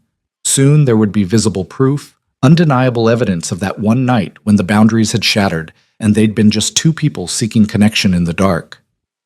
Clara made doctor's appointments under a false name at a clinic 40 minutes away, paying cash, wearing sunglasses like some kind of spy. The security team followed at a distance but never interfered with her errands. She told herself she was protecting the baby, protecting herself. That Adrian couldn't know because he'd turned this child into another contract, another strategic asset. But deep down, in places she didn't want to examine, Clara knew the real reason she hadn't told him. She was afraid. Afraid of what it would mean. Afraid of how it would change the already complicated thing developing between them. Afraid that telling him would make leaving impossible. And she still planned to leave. Had to leave. The bank account grew slowly but steadily. The research folder on her laptop expanded with information about cities, apartments, job opportunities. Every week she told herself it would be soon, just a little longer. Then came the night everything changed. Clara was in her study, sketching half-heartedly while rain hammered against the windows. Adrian was supposed to be at a business dinner downtown, something with potential investors that would run late. She'd begged off, claiming a headache that was only partially a lie. The nausea had returned with a vengeance that afternoon, and all Clara wanted was to be alone with saltines and ginger tea. She was reaching for her cup when the house security alarm shrieked to life. The sound was deafening, disorienting. Clara jumped, knocking over her tea, the liquid spreading across her sketches. Then the lights went out. plunging everything into darkness broken only by emergency lighting that kicked in seconds later. Her phone buzzed. A text from an unknown number. "Stay in your room. Lock the door. Security en route." Claire's heart hammered against her ribs. This was real. This was actually happening. Someone was in the house or trying to get in, and she was alone. She ran to the door, locked it, then pushed her heavy desk in front of it for good measure. Her hands shook so badly she could barely grip her phone to call Adrian. He answered on the first ring. "Clara, are you safe? Where are you?" "My study. I locked the door." "Adrian, what's happening?" "Marcus made his move. He has people trying to breach the house." Adrian's voice was tight with controlled fury. "Stay exactly where you are. Don't open the door for anyone except Reeves or me." "Do you understand?" "Yes, but I'm 10 minutes away. Reeves and his team are already engaging the intruders." "You're safe as long as you stay locked in." A crash echoed from somewhere in the house, followed by shouting. Clara pressed herself against the wall, phone clutched to her ear. "Adrian, I'm scared." I know, and I'm sorry, but listen to me. You're in the most secure room in the house. The walls are reinforced, the door is steel behind the wood facade, the windows are bulletproof. Nothing's getting through, okay?" Clara hadn't known any of that, hadn't realized she'd been put in a panic room disguised as a study. "Okay," she whispered. "Stay on the line with me. I'm almost there." More crashes, more shouting, then a sound that made Clara's blood freeze. Gunshots.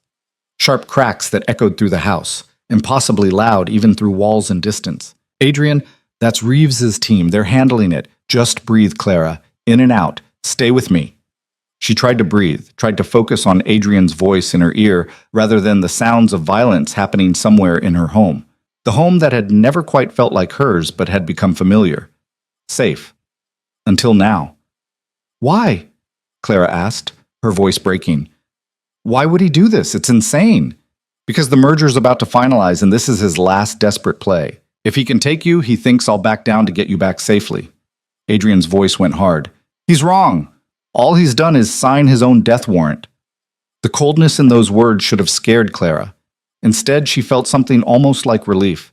Adrian would handle this, would eliminate the threat, would protect her because that's what he did. Controlled situations, removed problems, won. "I'm pulling up now," Adrian said. 2 minutes and I'll be with you." Clara heard a car door slam through the phone, heard Adrian barking orders to someone, then footsteps running, getting closer. A knock on her study door. "Clara, it's me. Open up." She recognized his voice but hesitated. "How do I know it's really you?" "You asked me why I really needed to get married. I told you about the European merger, about old world families who don't trust unmarried men." A pause. "You said, so you built a marriage instead." I said I built the appearance of one. Then you asked what would happen if they found out it wasn't real. Only Adrian would know that conversation. Only Adrian would remember it word for word. Clara shoved the desk aside and unlocked the door. Adrian burst in, and before she could say anything, he pulled her into his arms. "Thank God," he breathed against her hair. "Thank God you're safe." Clara clung to him, shaking, her face pressed against his chest. He was solid and real, and here, and for a moment nothing else mattered. "Is it over?" she asked. "Reeves has 3 of them in custody. The rest fled. We'll find them." Adrian pulled back enough to look at her, his hands framing her face. "Are you hurt? Did anyone get near you?" "No. I stayed locked in like you said." His thumb traced her cheekbone, and Clara saw something raw in his eyes. Fear. Real, genuine fear. "If something had happened to you," Adrian said quietly, "if he'd succeeded, but he didn't, I'm fine. Because of luck. Because Reeves had extra security in place. Because—" Adrian stopped, jaw tight. "This is my fault. I brought you into this world, put you in danger, made you a target. You also protected me. The safe room, the security team, everything." Clara's hands rested on his chest, feeling his heart racing beneath her palms. "I'm alive because of you, Adrian. Not in spite of you." Something shifted in his expression. His hands were still cradling her face, his eyes searching hers. And Clara realized with startling clarity that the careful distance they'd maintained was gone. Shattered as completely as it had been that night months ago. "Clara," Adrian started, then seemed to lose the words. She knew what he was going to say, could see it in the way he looked at her, in the fear that still lingered in his gray eyes. The arrangement had become something else. The contract had developed complications. The marriage that was supposed to be fake had started feeling real. And Clara, terrified and exhausted, and still carrying a secret that could destroy everything, did the only thing she could think of. She kissed him. Adrian froze for half a second, surprised. Then he kissed her back with an intensity that stole her breath, his arms wrapping around her, pulling her closer. It wasn't like that night months ago, rushed and wine-hazed and almost accidental. This was deliberate, conscious, a choice they were both making. When they finally broke apart, both breathing hard, Adrian rested his forehead against hers. "We should talk about this," he said. "I know. About what this means. About what we're doing." "I know," Claire repeated, "but maybe not tonight. Tonight I just want to not be alone." Adrian studied her for a long moment. Then he nodded. "Okay, not tonight." He stayed with her through the night, not in a romantic way. He settled into the chair by the window while Clara curled up on the small sofa in her study, neither willing to leave the secured room until Reeves gave the all clear. They talked in quiet voices about nothing important, her latest commission, his frustrating investor meeting, the weather, safe topics that didn't require examining what had just happened between them. Clara fell asleep to the sound of Adrian's voice and woke near dawn to find him watching her, his expression unguarded in the pale morning light. "Hi," she said softly. "Hi." Adrian smiled slightly. "Reeves cleared the house an hour ago. You can go back to your room if you want." "What about you?" "I should probably sleep at some point. It's been a long night." Neither of them moved. "Adrian?" Clara sat up, pulling the blanket around her shoulders. "Thank you for coming back, for staying, for everything." "You don't have to thank me for keeping you safe. That's my responsibility." "Is it? According to our arrangement, you provide housing and financial security. Nowhere in the contract does it say you have to charge into danger or sit up all night keeping watch." Adrian stood, moved to where Clara sat, crouched down so they were eye level. "The contract is just words on paper, Clara. It stopped defining what we are to each other a long time ago." "What are we to each other?" "I don't know," he admitted. "But it's not what we started as, not anymore." The honesty in his voice, the vulnerability, made Clara's chest ache. This was the moment to tell him about the baby, about her plans to leave, about all the secrets she'd been keeping. But the words wouldn't come. Fear choked them back, fear of his reaction, fear of losing whatever this fragile thing between them was becoming, fear of being trapped in a marriage that would turn real for all the wrong reasons. "I should go," Clara said instead, standing. "Let you get some rest." Disappointment flickered across Adrian's face, quickly masked. "Of course. I'll see you at dinner? If you're not too exhausted." "Never too exhausted for that." Clara left before she could change her mind, retreating to her wing and the safety of space and distance. She showered, changed, and tried to process everything that had happened in the last 12 hours. Someone had tried to kidnap her. Adrian had been terrified. They'd kissed like it meant something. And now everything was complicated in ways that made her original escape plan feel impossible. She couldn't leave now. Not with the threat still active.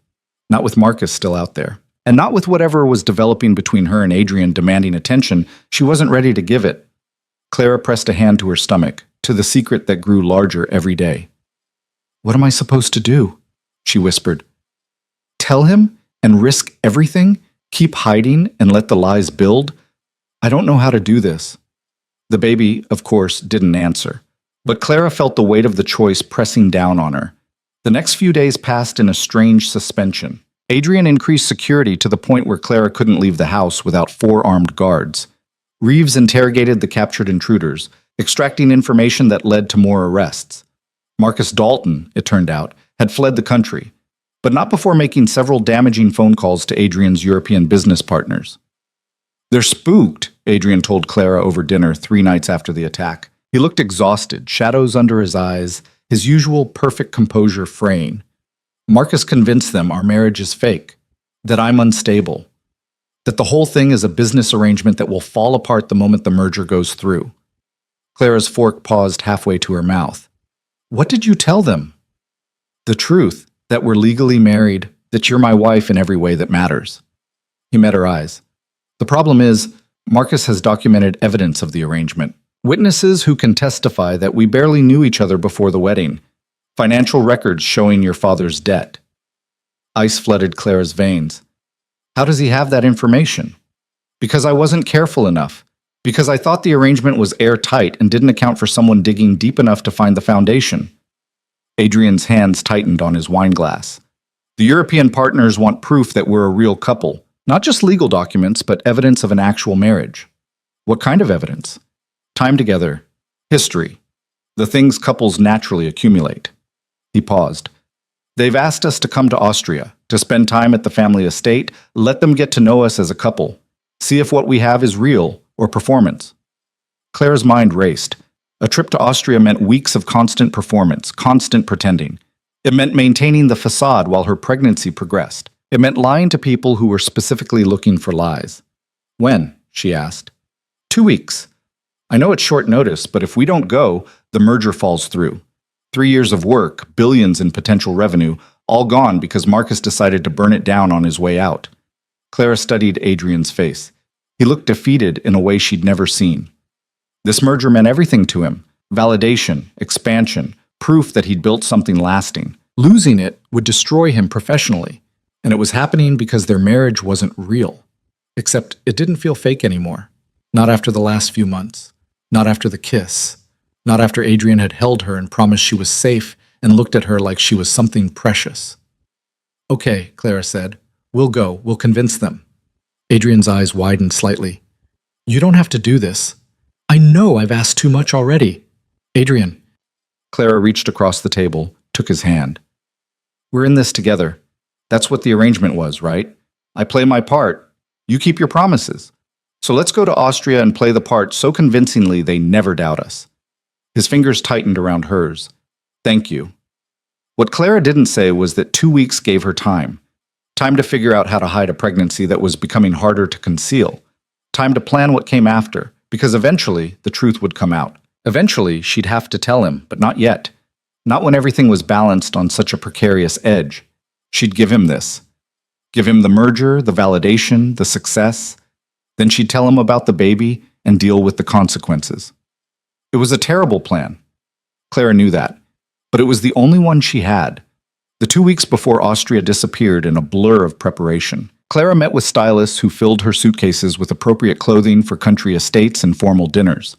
She researched Austrian customs, practiced German phrases she'd probably never use, and tried not to think about morning sickness in a foreign country.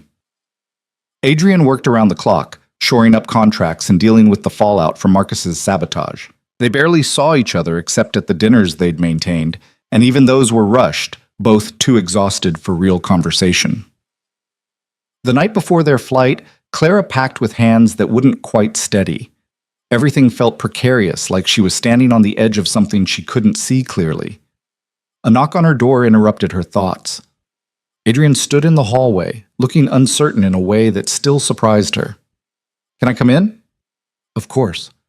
He entered her wing for the first time since the wedding night, looking around at the space she'd made her own. Her sketches covered one wall. Plants lined the windowsills, books stacked on every surface.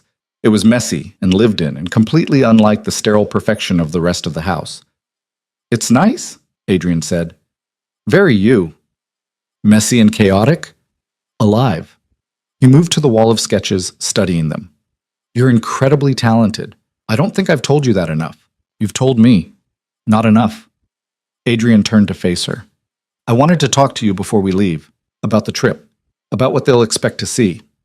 Clara braced herself. What will they expect? Affection. History. The casual intimacy couples develop over time. Adrian moved closer. I know we've maintained distance, kept to our separate wings, but in Austria, we'll need to share a room. Act like we actually sleep beside each other every night. The thought of sharing a bed with Adrian for weeks, of maintaining that level of deception while hiding her pregnancy, made Clara's stomach twist. I can do that, she said. There's more. Adrian stopped in front of her. They'll ask about how we met, our first date, when we fell in love. We need a story, something consistent, something believable. What do you suggest? The truth, mostly. We met through your father. I needed a wife. You needed help. But instead of saying it was an arrangement, we say it was love at first sight, that I took one look at you and knew. His gray eyes held hers, that I couldn't imagine my life without you in it. The words spoken in his quiet, certain voice did something to Clara's heart. And what about me? She asked. What's my story? You were hesitant at first. I was too intense, too serious, too controlled. But I wore you down with persistence and terrible jokes, and eventually you agreed to dinner. Adrian smiled slightly. 3 dates, and you were mine. 6 months, and we were married. Fast, maybe, but when you know, you know. It was a good story, a believable story, the kind of thing that happened in real life. What about the part where you barely look at me for the first 2 months of our marriage? Clara asked. How do we explain that? We don't, because it didn't happen in this version. In this version, I couldn't stay away from you, still can't. Adrian's hand came up, cupped her cheek. In this version, you're the best thing that ever happened to me, and I'm terrified of losing you. His thumb traced her cheekbone, the same gesture he'd made the night of the attack. Clara's breath caught. Adrian, I know we're supposed to be acting, maintaining the deception, but Clara... He stopped, seemed to struggle with something. What if we didn't have to pretend? What if some of it could be real? Clara's heart hammered against her ribs. What are you saying? I'm saying that somewhere between the wedding and now, between the dinners and the conversations, and the way you look at me like I'm actually human, this stopped being just an arrangement for me. Adrian's voice was barely above a whisper. I'm saying I care about you, more than I should, more than the contract allows. The confession hung between them, heavy and dangerous, and exactly what Clara had been afraid of. I care about you too, she admitted. But that doesn't change what this is, what we agreed to. What if I want it to change? What if I want to try making this real? You don't know what you're saying. I know exactly what I'm saying. Adrian's other hand came up, framing her face. I know I forced you into this marriage. I know you're here because of debt and obligation. But if there's any chance, any possibility that you might want this to be more than a contract, I'm asking you to tell me. This was it. The moment Clara should tell him everything. The pregnancy. The escape plan. The fact that she'd been lying to him for months. But looking into his eyes, seeing the vulnerability there, the hope, Clara couldn't bring herself to destroy it. I don't know, she said honestly. I don't know what I want. Everything's so complicated. Then let's uncomplicate it. Adrian's forehead rested against hers. Come to Austria with me. Play the role of my wife. And let's see what happens when we stop pretending to pretend. When we just are. And after, when the merger goes through, then we figure it out, together. No more separate wings, no more careful distance, just us, trying to build something real. It was everything Clara hadn't known she wanted until this moment, and everything she couldn't have because of the secret growing inside her. But standing here with Adrian's hands gentle on her face and his eyes full of something that looked terrifyingly like love, Clara made another terrible choice. Okay, she whispered. Let's try. Adrian's smile was brilliant, transforming his usually guarded face. Then he kissed her, soft and sweet and full of promise. Clara kissed him back and tried not to think about the moment this would all fall apart. Tried not to count the weeks until her pregnancy would be visible. Tried not to imagine the look on his face when he learned she'd been lying all along. She'd give him this. These weeks in Austria, this chance at something real. Then she'd tell him the truth and face whatever came after. It was the worst plan she'd ever made. But as Adrian pulled her closer and whispered her name like a prayer, Clara couldn't bring herself to regret it. Not yet. Not when this beautiful, impossible thing between them finally felt within reach, even if she knew, had always known, that she'd have to let it go. The flight to Austria stretched through the night, first-class seats that converted to beds, champagne Clara couldn't drink, and Adrian working beside her on his laptop until exhaustion finally won. She watched him sleep, his face softer in rest, and tried to memorize this moment before everything changed, because it would change. The secret she carried made that inevitable. They landed in Vienna to gray skies and cold wind that cut through Clara's coat. A car waited, not just any car, but a vintage Rolls-Royce that screamed old European money. The driver spoke in German-accented English, navigating roads that wound through countryside so beautiful it looked painted. The estate appeared after 2 hours of driving, emerging from morning mist like something from a fairy tale. Stone and timber, sprawling across a hillside, mountains rising behind it. Clara's breath caught despite her anxiety. "It's stunning," she murmured. Adrian took her hand, lacing their fingers together. The gesture still felt new, electric. "Wait until you see the inside." The family who owned the shipping conglomerate, the Hoffmans, met them at the entrance.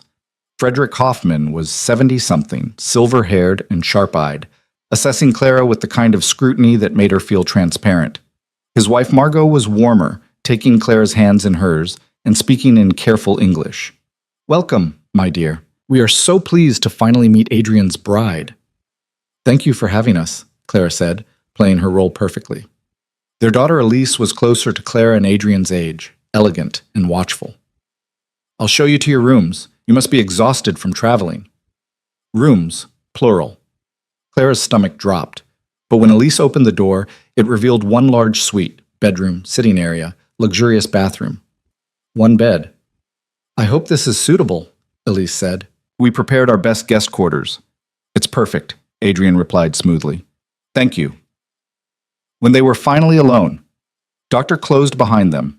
The reality of the situation hit Clara fully. 2 weeks sharing this space, sharing that bed, maintaining the deception 24 hours a day while her body slowly betrayed her secret. "I can sleep on the sofa," Adrian offered quietly. "If you'd prefer." Clara looked at the sofa, beautiful but clearly not designed for someone Adrian's height. They'll have staff who notice things like that. Separate sleeping arrangements would raise questions. "So we share the bed."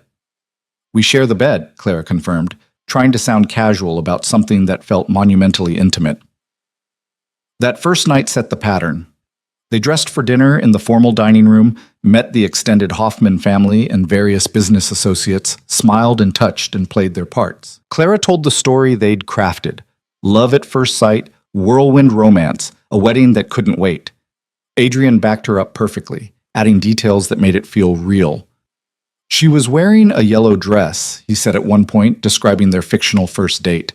"I remember thinking she looked like sunlight, like something that could chase away all the dark."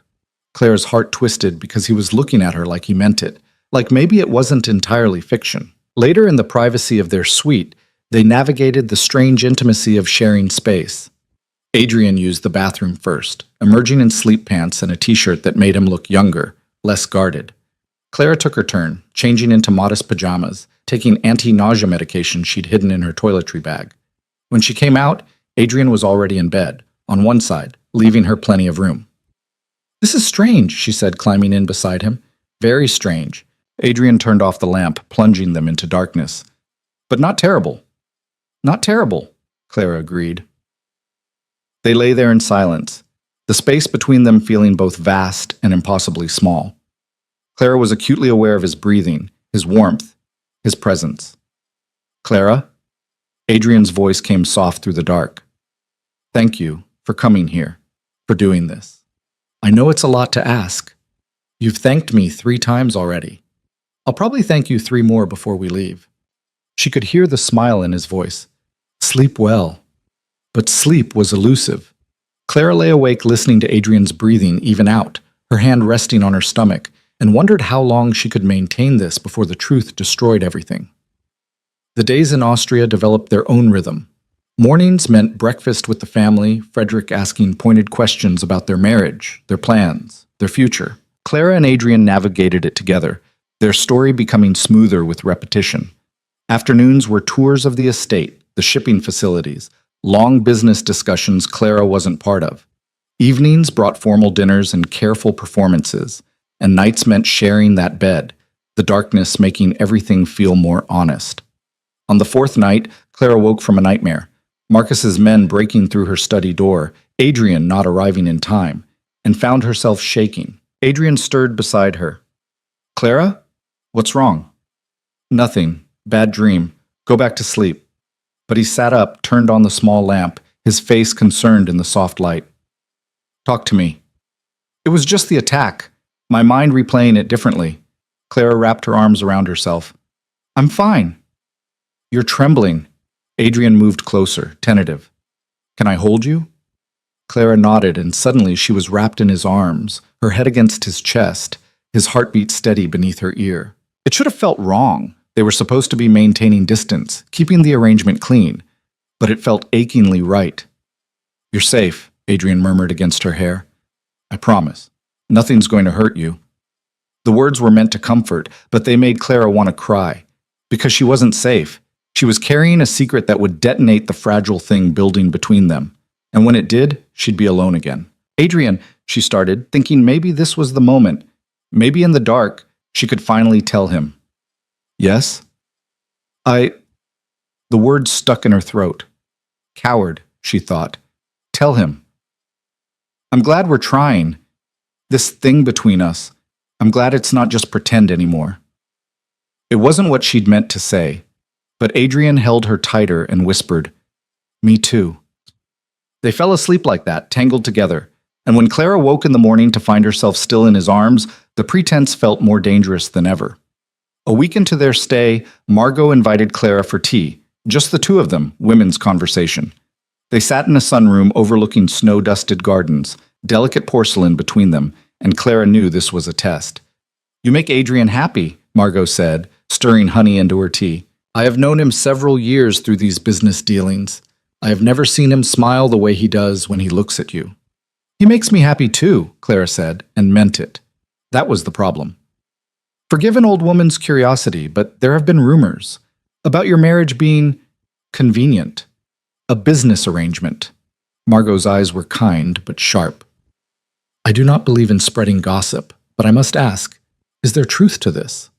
Clara's hands tightened on her teacup. This was it.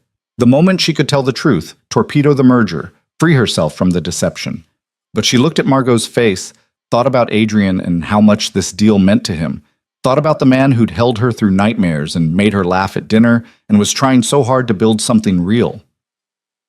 "Every marriage has practical elements," Clara said carefully. "Adrian needed a partner who understood his world. I needed security. But what started as practical became something more. I fell in love with my husband, Mrs. Hoffman. That part isn't strategy, that part is terrifyingly real." The confession hung in the air, more honest than Clara had intended, because it was true. Somewhere between the dinners and the conversations, and the way Adrian looked at her like she mattered, she'd fallen in love with him, which made everything so much worse. Margot smiled, reaching across to pat Clara's hand. "I believe you, dear, and I think you are exactly what Adrian needs. Someone to remind him life is more than business deals and profit margins." After Margot left, Clara sat alone in the sunroom and let the tears finally come. She loved him. She was carrying his child. She'd been planning to leave. And now she was trapped in a web of lies so complex she couldn't see a way out. That night, Frederick announced the merger would proceed. Papers would be signed at the end of their stay. Adrian's face when he heard the news was pure relief and triumph. He looked at Clara across the dining table, eyes bright with gratitude and something deeper. She smiled back and felt her heart break a little more. Later, in their room, Adrian pulled her into his arms and spun her around. "We did it. You did it. Clara, they believe us. The merger's happening." "I'm glad," she said, and was. Adrian set her down but kept his arms around her waist. "This changes things. Once the merger's final, the pressure's off. We can stop performing, can just be us." "And who is us?" Clara asked. "I don't know yet, but I want to find out." His hand came up to cup her face. "I want to try making this marriage real, Clara, not just for show. Not just until the contract expires. Real." This was it. The moment to tell him everything. The pregnancy. The lies. The escape plan she'd abandoned but never quite dismantled. Clara opened her mouth to confess and vomited all over his shoes. The nausea had been building all day, but Clara had pushed through it, taking her medication, eating carefully.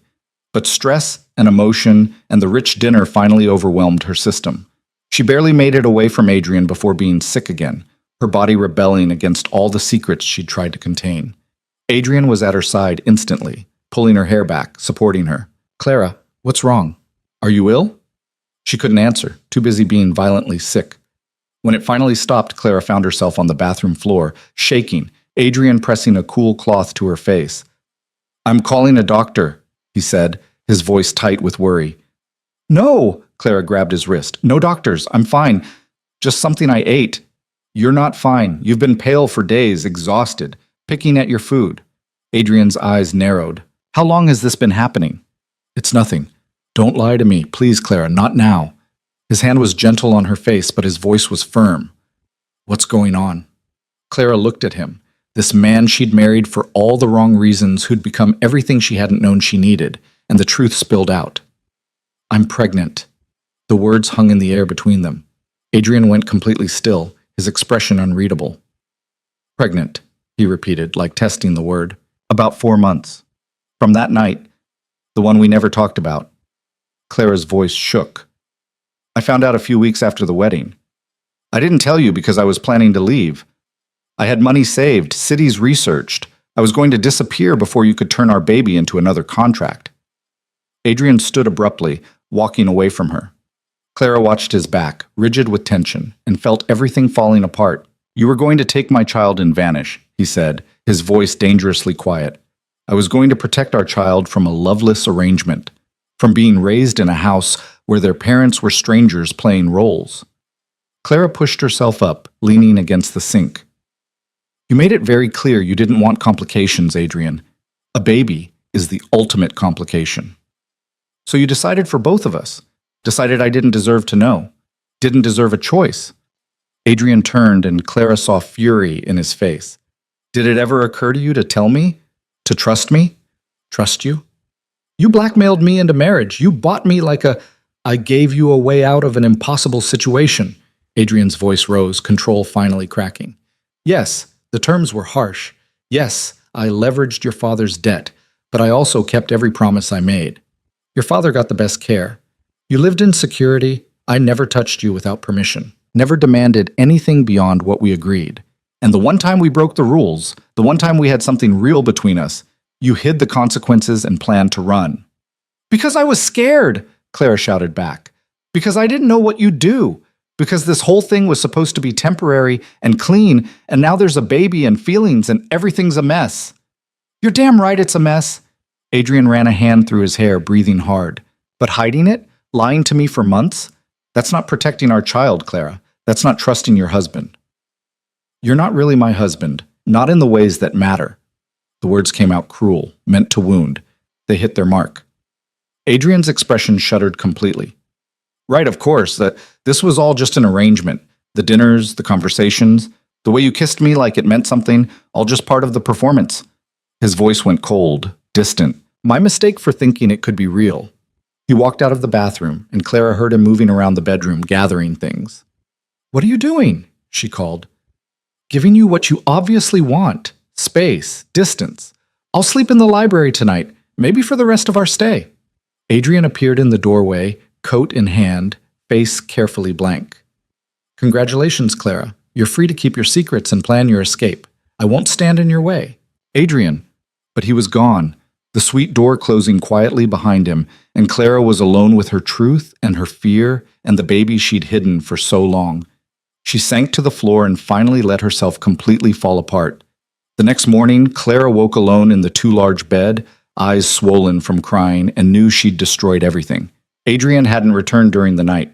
When she made her way downstairs for breakfast, the Hoffmans informed her he'd left early for the shipping facilities. Urgent business that couldn't wait. Running from her, Clara realized, just like she'd planned to run from him. The irony would have been funny if it didn't hurt so much. She spent the day in the suite, unable to face anyone, unable to eat. Margot sent up tea and pastries with a note. Whatever is wrong, it can be fixed. Talk to each other. But how could Clara fix this? She'd lied, hidden, planned betrayal. And Adrian's face when she'd said he wasn't really her husband. She'd meant to hurt him, and she had. Deeply. Evening fell, and still Adrian didn't return. Clara stood at the window watching snow begin to fall, one hand on her stomach, and whispered to the child growing there. I'm sorry. I'm so sorry. I was trying to protect you, but I think I just ruined everything instead. Talking to yourself? Clara spun. Adrian stood in the doorway, still in his coat, snow melting in his dark hair. He looked exhausted. I thought you weren't coming back, Clara said. I almost didn't. Adrian moved into the room, peeling off his coat. I drove around for hours. Went to the shipping offices and pretended to work. Considered sleeping in my car like a coward. Why didn't you? Because Margot cornered me at dinner. Yes, I tried to skip that too, and gave me a lecture about marriage and pride and not letting fear destroy something precious. Adrian's laugh was bitter. Apparently our performance was too good. She thinks we're genuinely in love.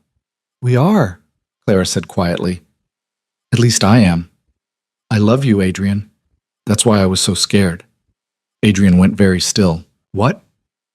I fell in love with you somewhere between the dinners and the conversations and the way you held me through nightmares. I fell in love with my husband, and it terrified me because it wasn't part of the plan. You were supposed to stay distant and cold and easy to leave. Clara's voice broke. But you became real and kind and someone I couldn't imagine my life without. So I hid the pregnancy because I was scared you'd turn our child into another contract. Or worse, that you'd only stay with me because of obligation, not choice. Adrian crossed the room slowly, stopping in front of her. You really think I'd do that? After everything? I didn't know what to think. Everything between us happened so fast, and I kept waiting for you to go back to being the cold businessman who offered me an arrangement, kept waiting for the distance to return. It's not returning, Clara. I tried. Spent 4 months trying to keep you at arm's length because I thought that's what we both wanted. But I fell for you anyway.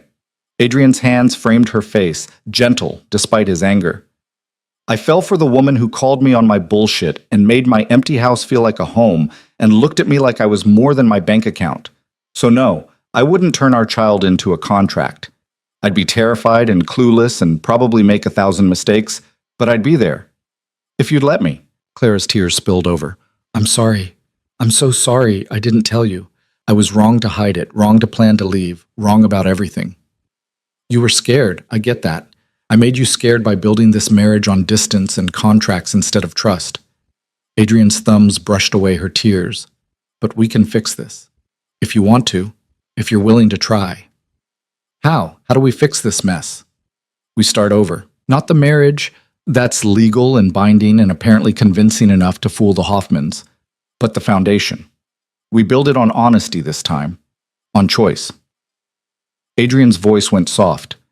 I don't want you here because of a contract, Clara. I want you here because you choose to be, because you want this marriage as much as I do. I do want it, Clara whispered. I want you. I want this family we're accidentally building. I'm just scared of losing it. Then we'll be scared together, and we'll figure it out together. No more secrets, no more running, no more pretending. Adrian's forehead rested against hers. We're having a baby, Clara. That's terrifying and wonderful and completely unplanned, but I want to do this with you. Want to be your husband for real, not just on paper. Clara's hands came up to rest on his chest, feeling his heartbeat. What about the merger, the Hoffmans? If we're being honest, shouldn't we tell them the marriage started as an arrangement? The marriage started as an arrangement. What it is now is something else entirely. Adrian smiled slightly.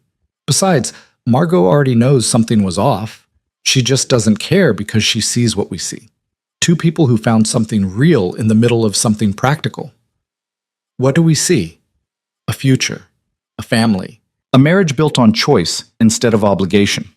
Adrian's hand moved to rest over Clara's on her stomach. How far along are you?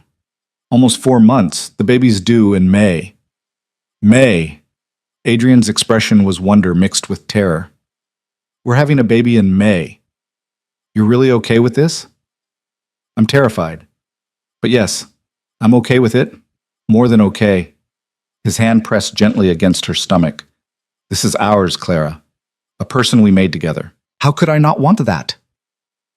Clara felt something loosen in her chest, some knot of fear she'd carried for months finally releasing. I'm terrified too. Good, we can be terrified together. Adrian pulled her close, and Clara buried her face in his chest, breathing him in. No more running? No more running, Clara promised. I'm staying, for real this time. They stood like that for a long moment, holding each other in the quiet of the suite while snow fell outside and the future stretched ahead of them, uncertain but no longer impossible. Finally, Adrian pulled back enough to look at her. We should probably tell the Hoffmans, about the baby, I mean. Margot will be thrilled.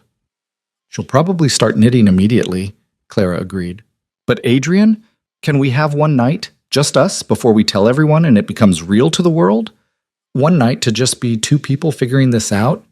Adrian smiled, that rare, genuine smile that transformed his face. One night, then tomorrow, we face everything together. They ordered dinner to their suite, simple food that wouldn't upset Clara's stomach. They talked for hours about the baby, about fears and hopes, about turning the mansion into a home that could hold a family. Adrian asked questions about her pregnancy, apologizing for every moment he'd missed because she hadn't felt safe telling him. I want to be at the appointments, he said. Want to see the ultrasounds, hear the heartbeat, all of it, if that's okay. More than okay, Clara said. I'd like that. Later, in the darkness of their shared bed, Adrian's hand rested on her stomach, still flat, but not for much longer. Hi in there, he said softly, and Clara's heart melted. I'm your father. I don't know what I'm doing, but I'm going to try my best. And your mother is brilliant and brave and terrifying, so you're already winning. Clara laughed, tears pricking her eyes. Terrifying? In the best way. Adrian kissed her forehead. Sleep. You need rest. Growing a human is exhausting work. Says the man who's never grown a human. Exactly. Which is why I defer to your expertise. His arms tightened around her.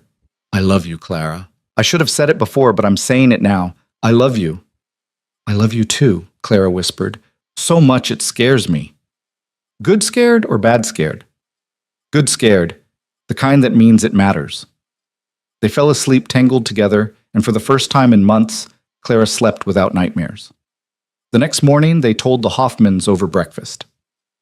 Margot's shriek of delight probably echoed through the entire estate. Frederick smiled his first genuine smile and ordered champagne, sparkling cider for Clara. Even Elise seemed genuinely happy. This is wonderful news, Margot said, already planning the nursery in her mind, suggesting names and doctors and all the things grandmothers at heart thought about. You must be so excited. We are, Adrian said, his hand finding Clara's under the table. Terrified but excited. That is parenthood in summary, Frederick said with a laugh. Terror and joy in equal measure. The merger papers were signed that afternoon in Frederick's study, years of work culminating in signatures and handshakes. But the celebration felt secondary to the real news, the baby that would arrive in spring, the family being built from unexpected foundations. They flew home 3 days later, Clara's hand in Adrian's the entire flight. The mansion waited, but it didn't feel like a prison anymore. It felt like a beginning. The first thing Adrian did was open the connecting door between their wings. No more separation, he said. We're making this a home. Together. They moved Clara's things into the master bedroom, his bedroom, now theirs, combined their spaces, hung her sketches on the walls, brought in plants and books and all the lived-in chaos Clara brought with her. The sterile perfection transformed into something warm. Adrian threw himself into preparing for fatherhood with the same intensity he'd brought to business. He researched cribs and car seats and read parenting books with hilarious seriousness. He accompanied Clara to every doctor's appointment, his face going soft with wonder every time they heard the baby's heartbeat. It's real, he'd say every time. We're really doing this.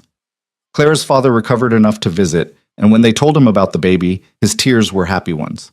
I'm sorry, he told Adrian, for putting you both in this position, for the debt that forced this marriage. Don't be, Adrian said, surprising them both. If you hadn't, I never would have met Clara, never would have fallen in love, never would have this.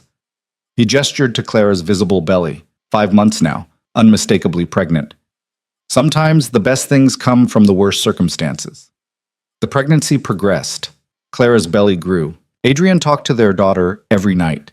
They'd learned it was a girl at the 20-week ultrasound, and Adrian had cried. Elena, he'd suggested. After my sister, if that's okay. It's perfect, Clara had agreed. They transformed a room near the master bedroom into a nursery. Soft yellows and gentle greens since Clara refused the stereotypical pink. Adrian assembled furniture with endearing incompetence, cursing at instruction manuals while Clara laughed from her perch on the rocking chair. I run $1 billion empire, he muttered, but this crib is defeating me. Want help? Absolutely not. This is a matter of pride now. He eventually got it assembled, looking triumphant despite the 3 extra screws sitting on the floor. Winter gave way to spring, the gardens bloomed, Clara's due date approached, and the mansion that had once felt like a beautiful prison transformed into a home filled with laughter and love and the anticipation of new life. Elena arrived on a rainy May morning after 12 hours of labor that Adrian later described as the most terrifying experience of my life. You weren't the one in labor, Clara pointed out. No, but I had to watch you in pain and feel completely helpless. That's its own kind of hell. But when the nurse placed Elena in Adrian's arms for the first time, his face transformed with such pure love that Clara fell for him all over again. Hi, little one, he whispered, tears streaming down his face. I'm your dad, and I promise you, every day for the rest of my life, I'll be here. I'll show up. I'll love you and your mother with everything I have. Clara watched her husband hold their daughter and felt something click into place. This was what she'd been afraid of losing. This was what she'd almost run from, this impossible, beautiful family they'd built from a contract in convenience and unexpected love. The first months of parenthood were exhausting and wonderful and occasionally terrifying. Adrian changed diapers with surprising competence. Clara navigated breastfeeding and sleep deprivation. They took turns with night feedings, stumbling through the dark house together, learning Elena's cries and needs. The mansion filled with life, baby toys in the living room, a swing in the library, tiny clothes in the laundry. Mrs. Chen became an honorary grandmother, spoiling Elena shamelessly. Diane visited weekly, bringing gifts and advice and laughter. Claire's father regained enough strength to hold his granddaughter, tears in his eyes. You gave me this, he said to Adrian. Time to see her grow up. I can never repay that. You already did, Adrian said. You gave me Clara. Everything else is just bonus. On Elena's first birthday, they threw a party in the gardens Clara had once thought too controlled, too perfect. Now they were filled with children from the neighborhood, balloons, cake smeared on happy faces. Elena sat in her high chair, fascinated by her smashed cake, and Clara watched Adrian help their daughter destroy it with pure joy on his face. Happy? He asked, catching Clara watching. Deliriously, she said. That night, after Elena was asleep and the house was quiet, Clara and Adrian sat on the balcony off their bedroom, the same balcony where Adrian had once draped his jacket over her shoulders at the gala. Do you ever think about how we started? Clara asked. Sometimes. Usually with gratitude that we didn't stay there. Adrian pulled her closer. I was so convinced I could control everything, keep it clean and simple and emotionless. How'd that work out? Terribly. Best failure of my life. He kissed her temple. You know what tomorrow is? Elena's birthday. Also our 2-year anniversary. The original contract expiration date. Adrian was quiet for a moment. I never filed the divorce papers I'd had drawn up. Never even looked at them. They're still in my desk, gathering dust. Clara turned to face him. Why? Because somewhere between the dinners and the fights and falling in love with you, I realized I didn't want an expiration date on this marriage. I wanted forever. Adrian took her hand, which is why I'm asking, properly this time. Clara Volkov, will you marry me? Not as a business arrangement or a contract, just as two people who love each other, who want to build a life together, who already started a family but want to make it official. Clara's eyes filled with tears. We're already married. Legally, yes. But I want to marry you for real. Want to stand in front of our family and friends and choose you the way I should have from the beginning. So what do you say? Want to marry me again? Clara laughed through her tears. Yes, absolutely yes. They married again 6 months later, a small ceremony in the mansion gardens that had become truly theirs. Elena toddled down the aisle, throwing flowers with enthusiastic inaccuracy. Clara's father walked her to where Adrian waited, both men crying openly. This time, the vows were real. The promises genuine, the kiss filled with love instead of polite obligation. I choose you, Adrian said, looking into Clara's eyes. Every day for the rest of our lives, I choose you. I choose you too, Clara whispered back. My husband. For real this time. The years that followed were full and complicated and beautiful. Adrian slowly transformed Volkov Enterprises from purely profit-driven to something with purpose. He started a foundation in Katerina's name, providing medical care to families who couldn't afford it, paying off crushing medical debt, giving people the choice he'd once taken from Clara. I can't undo what I did to you, he told Clara when the foundation launched. But I can make sure other people don't face that impossible choice, can turn what we built from ashes into something that helps instead of hurts. Clara's illustration career flourished. She published books, botanical guides illustrated with her precise, beautiful work. She taught classes from a studio they built on the mansion grounds, sharing her art with others. Elena grew into a bright, fierce little girl who had her mother's artistic talent and her father's stubborn determination. When she was 3, she announced she wanted a sibling. Someone to play with, she declared, and share my toys with. Well, some of my toys. Clara and Adrian looked at each other across the dinner table and laughed. What do you think? Clara asked. I think our daughter makes a compelling argument. Adrian's hand found hers. And I think I'd love to do this again. The whole messy, terrifying, wonderful thing. Their son, James, named for the security chief who'd protected Clara when she needed it, arrived 2 years later. Then, unexpectedly, twin girls 3 years after that. The mansion that had once been cold and sterile transformed into organized chaos. Toys everywhere, art on every wall, laughter echoing through hallways that had been silent, love in every corner of a space that had been built for show but became a home. On their 10th anniversary, Clara woke to find Adrian already awake, watching her in the early morning light. What? She asked, smiling. Just thinking about how wrong I was. About everything. Adrian traced her face with gentle fingers. I thought I could contract my way into stability. Thought I could keep everything controlled and clean and emotionless. Thought distance was safety. And now? Now I know that the mess is the point. The chaos and the love and the lack of control, that's what makes it worth it. He kissed her softly. You ruined all my careful plans, Clara Volkov, and I've never been more grateful. I seem to remember you ruining a few of mine too. Fair point. We're even then. They lay there in comfortable silence, 10 years of history between them, 10 years of learning each other, of choosing each other every day, of building something real from the ashes of an arrangement neither had wanted. Elena burst through the door moments later, siblings trailing behind her like ducklings, climbing into bed with shrieks of "Happy anniversary!" and "Presents!" And can we have pancakes? Adrian caught Clara's eye over the chaos of their children, and the look they shared said everything. This was what they'd built. This beautiful, messy, love-filled life. Not perfect, not controlled, not what either had planned, but real and chosen, and more than either had ever dreamed possible. That evening, after the children were asleep and the house was quiet again, Clara found Adrian in what had once been his study, but was now their shared office. He was looking at something on his desk, the original contract, she realized, the one that had started everything. Thinking about burning it? She asked. Actually, I was thinking about framing it.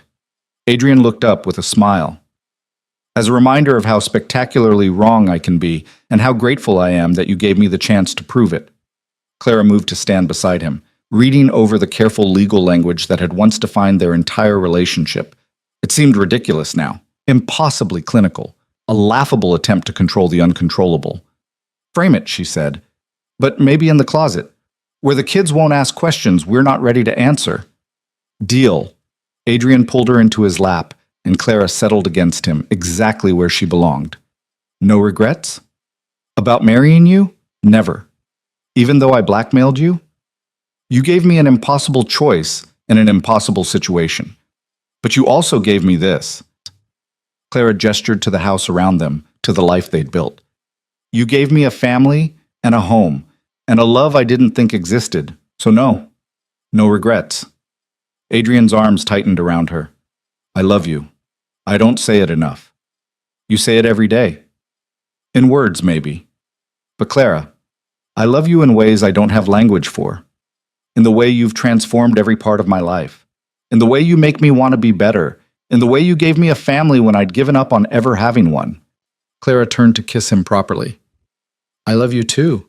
Even when you leave extra screws on the floor when assembling furniture. That was 1 time, 3 times, but who's counting? They laughed, and in that laughter was years of history, of growing together, of choosing each other over and over again. Later that night, Clara stood in the nursery, now converted to a playroom since the twins had their own room, and looked at the chaos of toys and books and art supplies. The mansion that had once been a prison had become exactly what Adrian had promised that night in Austria. A home. Not because of the expensive furniture or the perfect architecture or the carefully maintained grounds, but because of the love that filled every corner. the laughter that echoed through the halls, the children who ran through rooms that had once been showpieces, the man who'd learned to be a husband and father and partner instead of just a businessman. Clara had come here as a captive, bound by debt and obligation and fear. She'd planned her escape, counted the days until freedom, built walls to protect herself from caring too much. But somewhere between the dinners and the conversations and the night Adrian had held her through nightmares, those walls had crumbled. The captive had become a wife, the arrangement had become a marriage. The stranger had become the love of her life, and the beautiful prison had become home. "Clara?" Adrian's voice came from the doorway. "You okay?" She turned, smiled at her husband, backlit by the hallway light. "Just thinking." "About?" "About how you promised me 2 years and then we'd both be free. That was the deal." Adrian moved into the room, wrapped his arms around her from behind, his chin resting on her shoulder. "I lied. Turns out I never want to be free of you. That okay?" Clara leaned back against him, his warmth solid and real and chosen. "More than okay. Because I'm not going anywhere. You're stuck with me, Volkov." Best sentence I've ever served. They stood there in the quiet playroom, in the house that had witnessed their transformation, and Clara felt something settle deep in her bones. This was where she belonged, not because a contract said so, not because debt demanded it, but because she'd chosen it. Every single day, she chose it. And every single day, Adrian chose her right back. That was the real magic. Not the mansion or the money or the carefully constructed appearances, but the choice, the daily decision to love each other, to build a family, to transform a transaction into something transcendent. Clara had started this journey thinking love was something other people got, that she'd survive her sentence and escape to freedom and maybe find something real somewhere else. But she'd learned the truth along the way. Love wasn't something she'd been denied. It was something she'd built, brick by brick, dinner by dinner, choice by choice, with a man who'd started as a stranger and become her everything. And in the end, the woman who'd been purchased became priceless. The marriage built on contracts became unbreakable, and the beautiful prison became the freest place Clara had ever known, because she was exactly where she chose to be, exactly where she belonged, home.